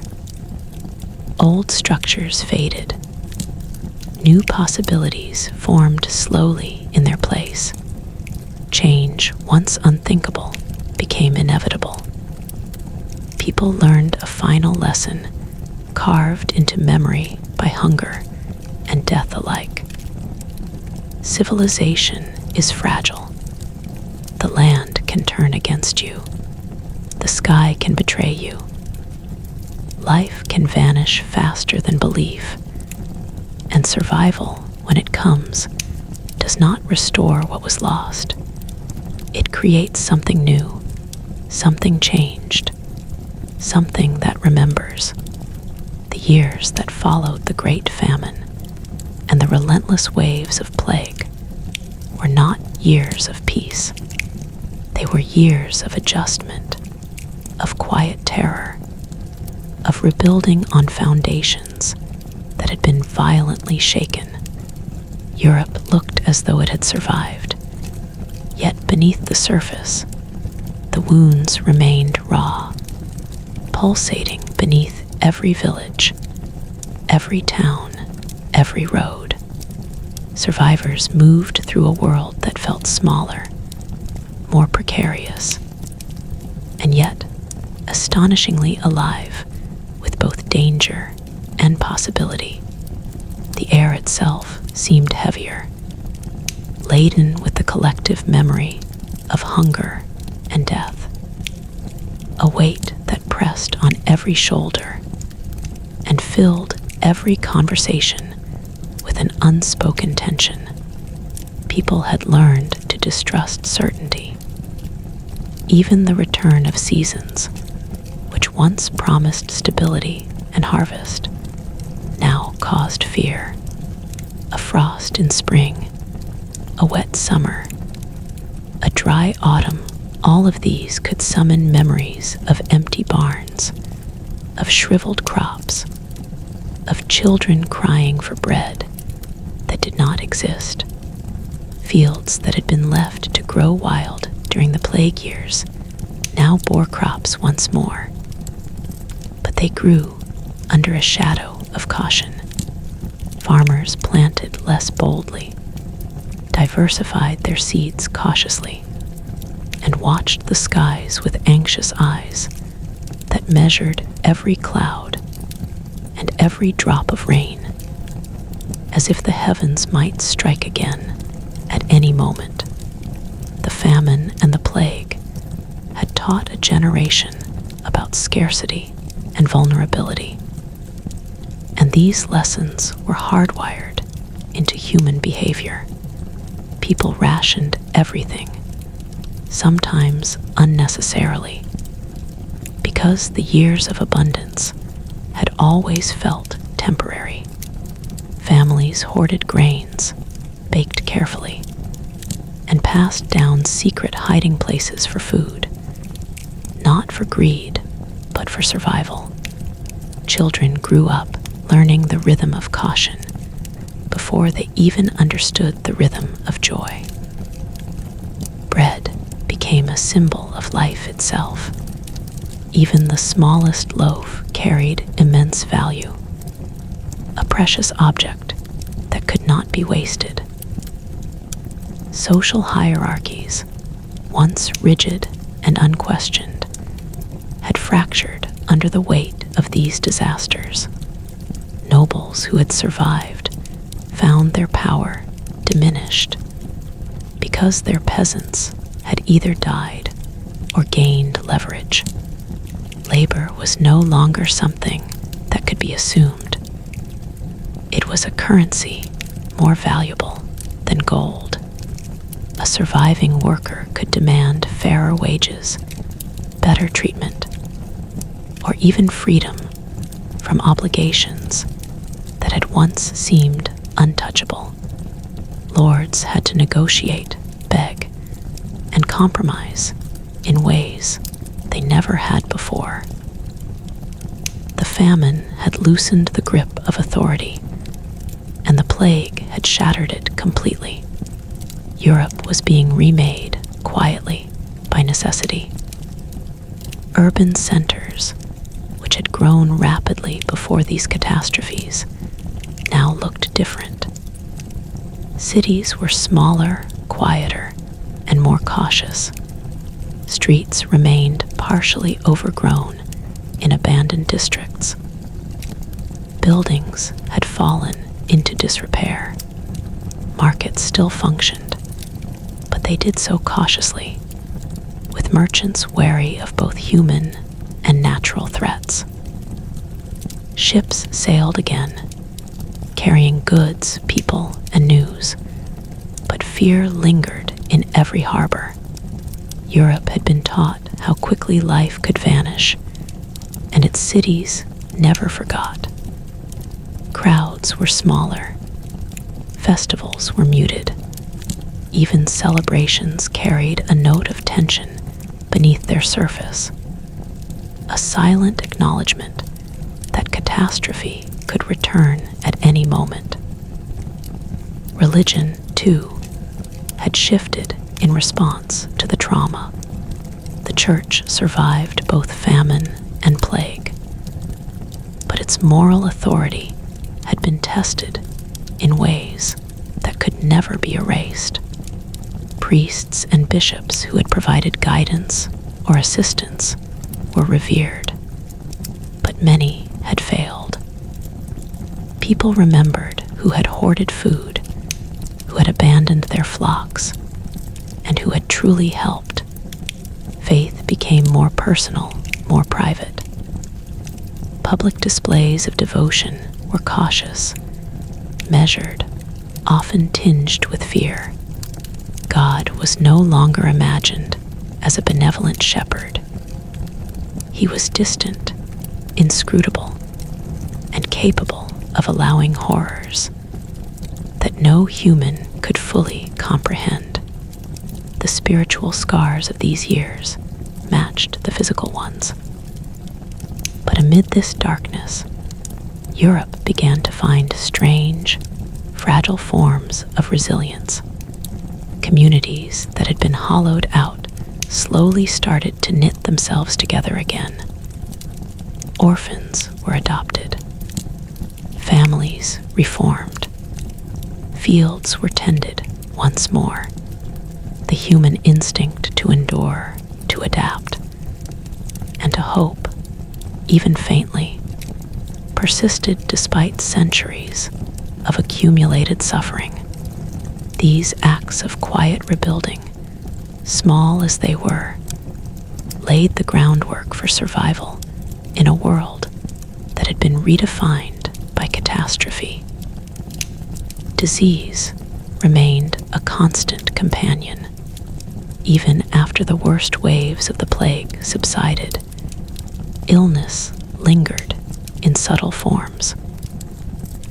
Minor infections spread faster, fevers appeared more often, and chronic weakness became commonplace. People spoke of the shadow of sickness, that invisible weight that hung over every body and every breath. Europe had been weakened biologically by famine, and the plague exploited that fragility with devastating efficiency. Health could no longer be assumed. It was fragile, precious, and fleeting. Children born in the years following these disasters carried both memory and trauma in their bodies. They were smaller, weaker, and more vulnerable to disease, but they were also hardened in spirit. They learned fear and caution early, and they carried the stories of vanished siblings, neighbors, and entire communities into adulthood. The famine and plague had taught them that life was uncertain, that loss was inevitable, and that survival was not a matter of chance alone, but of vigilance, adaptability, and sometimes sheer luck. Economically, the continent had been reshaped as well. Trade slowly resumed along old routes, but it was always vulnerable to disruption. Merchant families who had survived the plague found that their businesses were fragile, and the memory of abandoned ships, ruined cargoes, and entire trading towns emptied by sickness never left them. Markets became more localized, production more diversified, and reliance on distant sources less absolute. Europe was learning, painfully, that stability required flexibility, and that vulnerability lay not only in nature, but in human networks themselves. Political structures were fragile. Kings, dukes and lords who had once ruled with unquestioned authority found themselves negotiating with a population that now understood its own value. Revolts, protests, and demands for better conditions increased. The old systems of feudal obligation were not immediately overthrown, but they were forever weakened. Power had been tested by disaster, and power had been found wanting. Survivors who had lived through famine and plague understood that authority could fail, that the ground beneath their world could vanish at any moment, and that self-reliance was as important as obedience. Culturally, Europe began to change as well. The arts, previously focused on wealth, celebration, and religion, took on new shades of meaning. Stories of survival, loss, and endurance began to dominate the oral and written traditions. Music and literature reflected a world transformed by trauma. Pain, fear, and resilience became central themes. Humanity's experience of catastrophe was recorded not just in records or taxes, but in the collective imagination of a continent that had lived on the edge of annihilation. The famine and plague had left Europe forever changed, and yet life continued. People married, had children, farmed, built homes, and traded goods, but they did so with an awareness that their predecessors had not possessed, that the ground beneath civilization could collapse, that abundance could vanish, and that survival itself could be fleeting. Europe was reborn from catastrophe, yes, but it was reborn cautious, haunted, and vigilant. And even as it rebuilt, a quiet truth lingered in every village, every city, and every field. The Great Famine and the subsequent waves of plague were not just disasters that ended, they were teachers. They had forced Europe to learn the hard limits of human endurance, the fragility of society, and the fleeting nature of life itself. Memory of those years became a shadow that stretched over generations, shaping behavior, thought, and belief in ways that would echo long after the bodies had returned to the earth. Europe had survived, yes, but it had been irrevocably changed. Its people were smaller in number, yet wiser in fear. Its cities were emptier, yet more cautious. Its faith was shaken, yet still present. And as the 14th century moved forward, that shadow, the shadow of famine, the shadow of plague, would influence every decision, every harvest, every trade, and every step across a continent that had once been brought to its knees, only to rise again, forever aware of how close it had come to vanishing entirely. The Great Famine had begun as rain and hunger, subtle, slow, relentless. The plague had arrived as speed, terror, and death, and together they had reshaped Europe, carving a world from the bones of the old one, a world that would never forget, never trust fully, and never again assume that survival was guaranteed. Europe was alive, but it was a continent changed, haunted by memory, and prepared, in ways small and subconscious, for the next wave of hardship that history would inevitably bring. The decades following the Great Famine and the devastating waves of plague were a time of quiet transformation across Europe. Though few recognized it at the moment, life resumed its rhythms, yet those rhythms carried a new, uneasy cadence. Villages that had been emptied now began to refill, slowly, cautiously. People returned to the fields, tilled the soil, and rebuilt homes. But everything was tempered by memory. The past had taught them that abundance was never permanent, that prosperity could vanish overnight, leaving hunger and death in its wake. Even a warm spring day or a gentle summer breeze could no longer be taken for granted. Population growth, once assumed inevitable, became a fragile process. Families bore fewer children initially, aware of the high risks that survival demanded. Each child who lived past infancy was treated as a treasure, protected fiercely against illness, starvation, or accident.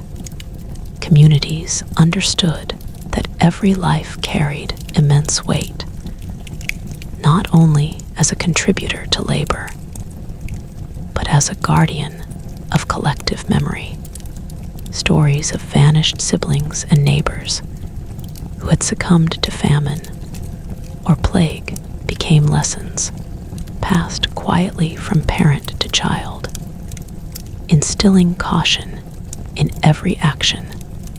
The landscape itself bore the marks of catastrophe.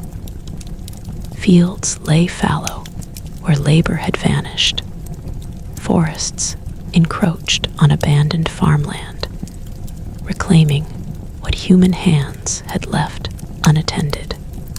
Rivers and streams, once crowded with commerce, flowed past silent towns and forgotten bridges. Nature had retaken much of the space humanity had once controlled, and there was a sense, whispered in villages and towns, that the land itself had changed. Crops were planted with care, livestock tended with vigilance, and every resource hoarded or protected. The memory of scarcity was so deeply embedded that it dictated behavior, economy, and culture alike. Trade, which had briefly revived after famine, now faced a more subtle threat. Merchants understood that prosperity was contingent on a delicate balance. A ship lost to storm or plague could destabilize entire regions. Markets functioned, yet with caution. Goods were priced not only by supply and demand, but by fear. People had learned that fortune could evaporate in weeks, leaving hunger in its place. Trade routes were rebuilt, but always with awareness of the fragility that hunger and disease had exposed. Europe had learned that connection brought opportunity, but also vulnerability. Labor dynamics had shifted irrevocably. Survivors of famine and plague understood their value. Peasants and workers, who had once been bound by rigid feudal obligations, now held leverage. They could demand fairer wages, negotiate terms, or leave estates altogether, forcing lords and nobles to adapt. Serfdom weakened further, not because of ideology, but because necessity demanded it. Landowners who resisted change faced empty fields and unworked estates. The old social order had been eroded by catastrophe, leaving behind a more flexible, though more uncertain, structure. The church, too, had been transformed. Its spiritual authority survived, but its moral certainty had been shaken. Priests who had failed to protect the sick or feed the starving were remembered, and faith became less about obedience and more about personal engagement. Pilgrimages, prayers, and religious observances were infused with an awareness of mortality, fragility, and human limitation. God was no longer assumed to be merciful by default. Devotion became a way to negotiate survival, to seek understanding in a world that had repeatedly proven unpredictable. Psychologically, survivors carried a heavy burden. Trauma was embedded in daily life. People avoided crowds, washed obsessively, hoarded food, and measured every step with care. The famine had taught endurance, but the plague had taught fear. Every cough, every fever, every unexplained death was a reminder of how thin the thread of life truly was. Mental resilience became as crucial as physical strength. Yet, it was constantly tested by memories that refused to fade. Children who grew up after these disasters inherited not only their parents' lives, but their memories. They were smaller, weaker, and more cautious. Play was tempered by awareness of danger. Curiosity was balanced against the risk of illness. These generations were raised in a world that had witnessed death on an unimaginable scale, and they internalized its lessons deeply. Life was not taken for granted. Survival required constant vigilance, adaptability, and sometimes ruthless pragmatism. Economically, Europe adjusted in ways that would shape centuries to come. Food storage became more sophisticated. Communities learned to diversify crops and livestock. Trade became strategic, with redundancy and caution embedded into routes and networks. Prosperity returned unevenly, but where it did, it was built on a foundation of prudence rather than optimism. Luxury existed, but always shadowed by the knowledge that fortune could be fleeting. Wealth, unlike before, was measured not merely in gold or property, but in resilience and preparedness. Culturally, the experiences of famine and plague left indelible marks. Literature, art, and folklore increasingly reflected themes of mortality, endurance, and human vulnerability. Stories emphasized caution, cleverness, and the value of life. Music mourned the dead and celebrated survival. The very way people thought about existence shifted. Life was precious, fragile, and to be respected, not assumed.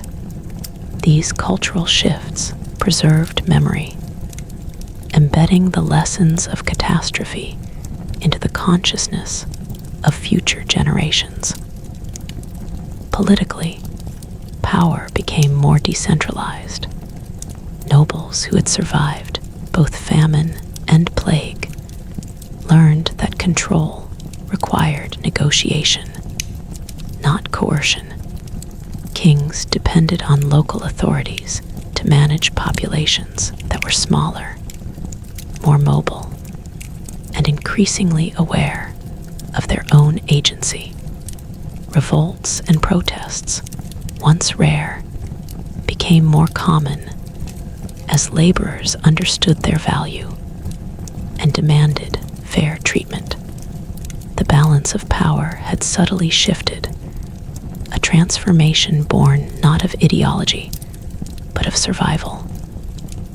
Yet, amidst this trauma, life persisted in quiet triumph. Communities reformed, markets opened, fields were worked, children were born. Love returned, though carefully measured and vigilant. People learned to find joy in small things, appreciating survival itself as a form of victory. Every meal, every breath, every sunrise became a celebration of persistence against overwhelming odds.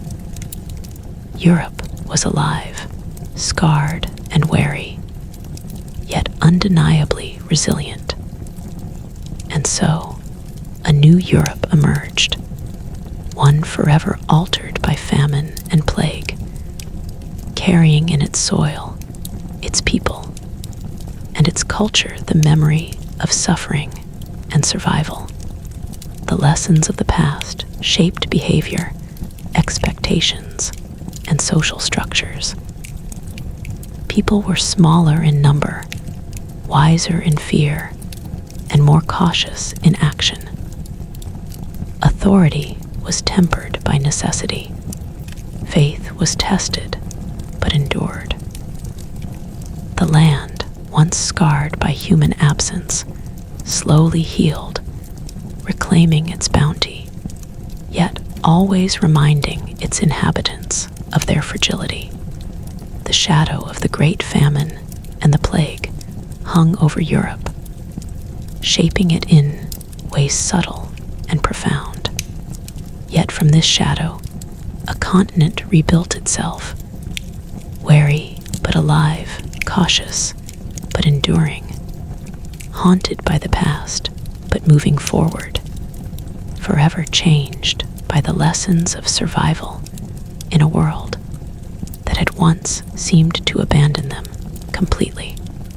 And as Europe looked toward the future, it did so with the quiet understanding that life, no matter how abundant, could vanish overnight, and that true strength lay not in wealth, land, or power, but in the ability to endure, adapt, and continue even when all else seemed lost.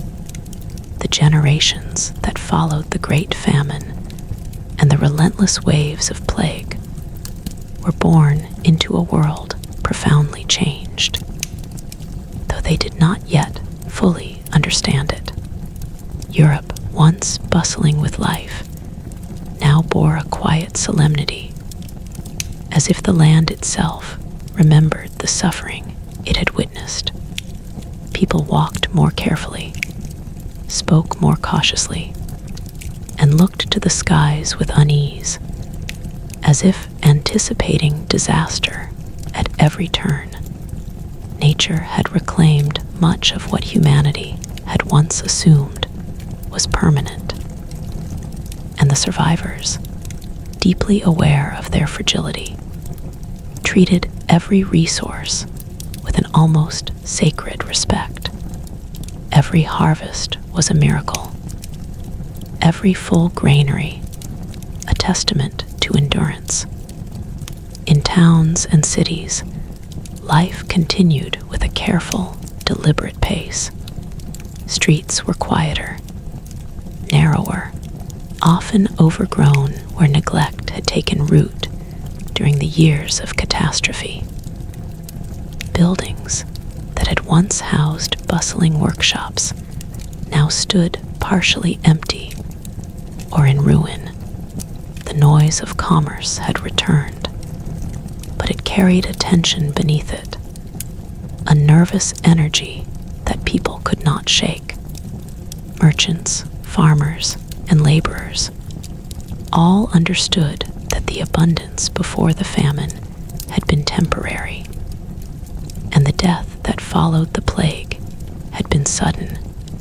They approached work and trade with a mixture of hope and suspicion, knowing that prosperity could vanish as easily as the wind could scatter dust. Survivors of the famine and plague carried invisible scars that shaped social interaction. People had learned to measure risk in ways that previous generations could not comprehend. Handshakes, embraces, shared meals, small acts of trust were often avoided or performed with caution. Community bonds, once assumed, had to be rebuilt slowly. Those who had lost entire families or villages understood the value of human connection, yet also the peril it could bring. Fear and empathy existed side by side, shaping a society that was simultaneously cautious and compassionate. Children born after these twin catastrophes grew up with stories that were both warnings and guides. They learned about empty fields, abandoned homes, and streets lined with the dead. They heard of parents who had starved, of siblings who had vanished, of neighbors who had fled. These tales were not just folklore, they were practical lessons embedded into the cultural memory. Every action carried an awareness of risk. Every decision, whether to plant a crop, trust a stranger, or embark on a journey, was informed by the memory of catastrophe. The famine had taught endurance. The plague had taught vigilance. Together, they had rewritten the rules of daily life. Economically, the continent adjusted in profound ways. Labor had become scarce, and survivors of famine and plague understood their own value. Wages rose, serfdom weakened further, and peasants could negotiate terms that would have been unimaginable before. Landowners who ignored these shifts faced empty fields and failed harvests. Markets became more localized, diversified, and resilient. As people learned that relying too heavily on distant sources could be fatal, trade continued to recover. But with the memory of disrupted shipments and abandoned caravans forever present in the minds of merchants and travelers, prosperity now demanded caution, foresight, and the ability to adapt. The church, though weakened, maintained its influence, but its moral authority had been challenged. Priests who had failed to help the sick or feed the starving were remembered and often criticized. Faith became more personal, introspective, and private, rather than blind obedience to hierarchy. Religious practices evolved to reflect human vulnerability and the unpredictability of life. Pilgrimages, prayers, and devotional acts were imbued with the consciousness of mortality. As people sought comfort and guidance in a world that had repeatedly demonstrated its capacity for cruelty, culturally, art, literature, and music absorbed the trauma of these years. Writers, poets, and storytellers wove narratives of survival, loss, and endurance into their work. Music mourned those who had been lost, while also celebrating the persistence of life. Pain, once abstract, became central to the imagination of Europe. People began to understand that suffering was a shared experience, a thread connecting communities across time and geography. These cultural expressions served not just as entertainment, but as memorials, teaching tools, and reminders of human resilience. Politically, Europe experienced subtle shifts that would echo through centuries. Power became less absolute. Kings, dukes, and nobles had to negotiate with a population that now understood its own importance. Revolts and demands for fair treatment became more common as laborers exercised leverage earned through sheer survival. Authority, once assumed to be unquestionable, had to prove itself useful, just, and capable of responding to crises. The social hierarchy had been disrupted by famine and plague, and it would never fully return to its previous rigidity. Flexibility, negotiation, and survival instinct became the new currency of power. Even in rural areas, life was measured by memory. Survivors treated every crop, every animal, every water source as precious. They developed new farming techniques, diversified their crops, and guarded their livestock more vigilantly than ever before. Tools and implements, once taken for granted, were repaired meticulously, preserved, and used with care. Nature, which had claimed human spaces during the years of absence, was now managed cautiously, respected for its capacity to give life, and take it away with equal indifference. Yet despite all this caution and memory, human beings persisted in seeking connection, joy, and hope. Communities rebuilt slowly. Trade, art, and culture returned.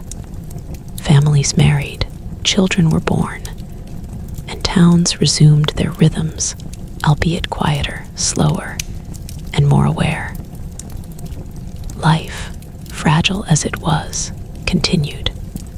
People had endured hunger and death, and in doing so had learned the limits of human resilience and the impermanence of the world around them.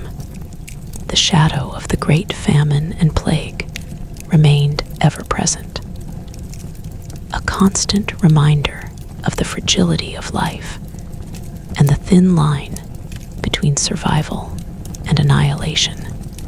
It influenced how people thought, worked, governed, and loved. Europe had been scarred, yet it had emerged alive, cautious, and forever transformed.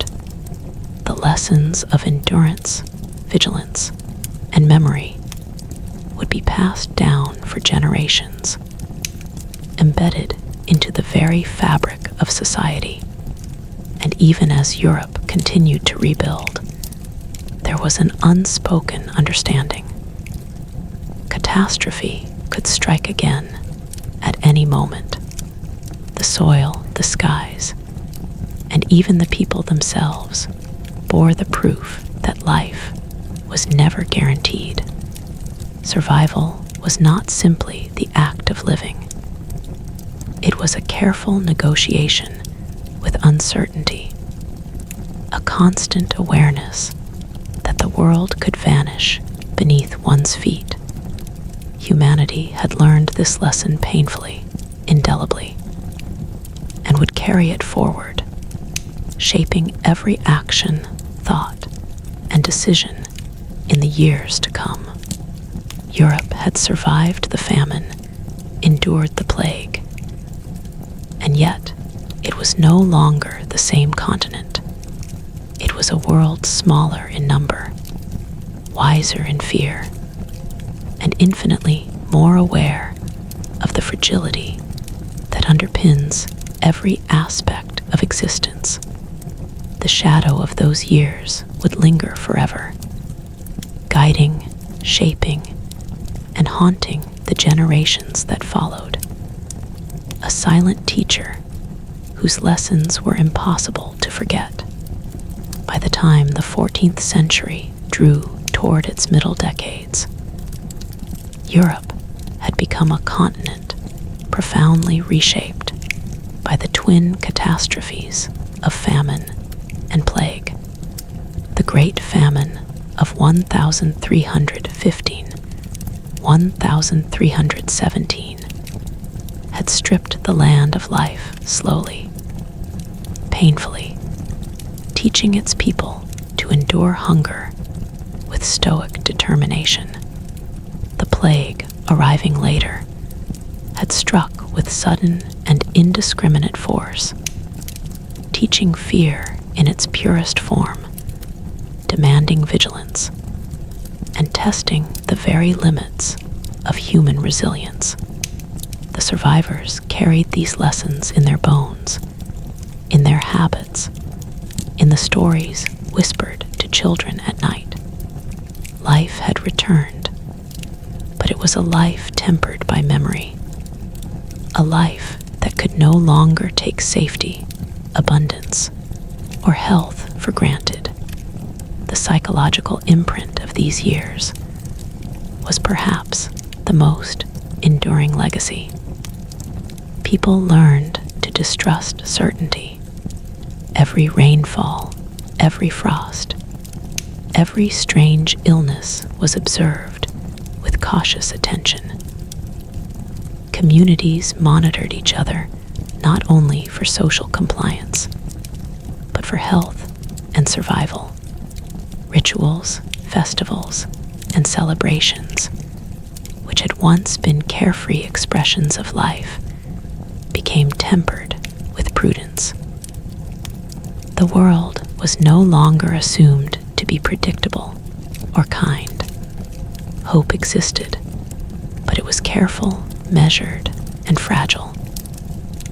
Joy, when it appeared, was a quiet defiance against a memory of unimaginable loss. Europe's economy had been reshaped at its core. Labor shortages gave survivors unprecedented bargaining power. Wages rose, serfdom weakened, and the relationships between peasants and lords were permanently altered. Land ownership changed hands frequently, often as a result of death rather than inheritance. Merchants traded cautiously, diversifying goods and routes to mitigate risk. The lessons of famine and plague were applied daily. Wealth was meaningless if survival could not be ensured. Resourcefulness became the greatest currency, knowledge of the land, and the seasons more valuable than gold. Cultural and spiritual life also evolved. The church, shaken but enduring, had to adapt to a population that had seen divine mercy tested repeatedly. Faith became personal, reflective, and more grounded in everyday life. Prayers, rituals, and pilgrimages were infused with acute awareness of mortality. At the same time, art, music, and literature reflected the trauma and resilience of these generations. Tales of survival, perseverance, and human ingenuity were passed down as both entertainment and moral instruction. Pain had entered the European imagination, leaving behind stories that would echo for centuries. Politically, the continent adjusted to the new reality. Kings, nobles, and local authorities found that power was no longer absolute. Laborers, survivors, and communities who had endured famine and plague understood their importance and influence.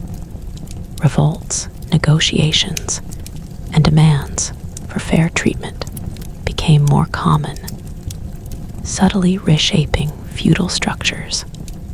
Authority was no longer simply commanded.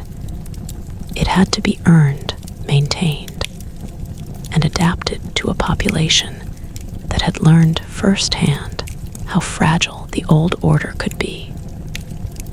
And yet, life persisted. Despite trauma, people rebuilt homes, cultivated fields, married, and raised children. They found new ways to organize society, to trade, and to create beauty in a world that had shown its capacity for horror. The land slowly healed, communities reformed, and the rhythm of human life returned, though forever altered. Memory remained omnipresent. Every decision carried the weight of experience. Every action was tempered by the knowledge that survival could never be assumed. The story of the Great Famine and the subsequent waves of plague is not one of a simple ending. It is a story of transformation, of a continent that endured unimaginable suffering and emerged forever changed. Europe's population was smaller, but wiser. Its cities were quieter, but more cautious. Its rulers were challenged, and its people were more aware of their own power and fragility. The lessons of scarcity, death, and endurance were embedded into every aspect of life. The Great Famine had taught the slow, grinding pain of deprivation. The plague had taught the sudden, unrelenting terror of death. Together, they forged a new Europe, one that could survive, but only with vigilance, adaptability, and memory. The human spirit, tested in ways unimaginable, had endured. Survivors learned to respect the fragility of life, the unpredictability of nature, and the limits of human authority. They rebuilt societies that were more cautious, more flexible, and more conscious of the delicate balance between abundance and loss. Communities that had once been decimated slowly reknit themselves, carrying forward stories, traditions, and practices designed to preserve life and knowledge. Europe had been scarred, yes, but it had also learned resilience on a scale that would shape the course of history for centuries to come. The Great Famine and the Plague were teachers of a merciless sort. They revealed the fragility of civilization, the impermanence of life, and the ever-present potential for catastrophe.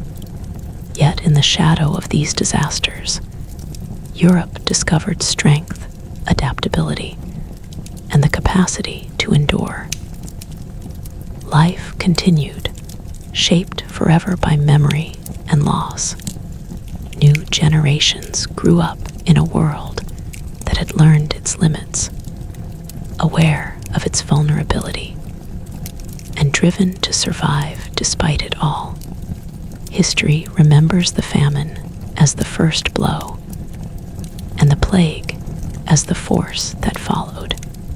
But the true legacy lies in survival, the quiet, uncelebrated endurance of a continent and its people, who, having seen hunger and death in their most absolute forms, chose to rebuild, to persevere, and to continue living.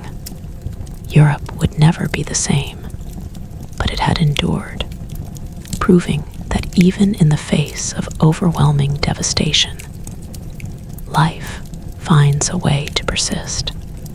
The memory of 1315 to 1317, of fields left barren, of empty towns, of children crying for bread, of death striking without mercy, would live on forever. It would shape culture, economics, politics, and daily life for generations. And through it all, Europe learned the most profound lesson of all, that survival is not merely living, it is remembering, adapting, and carrying forward, even when the world seems determined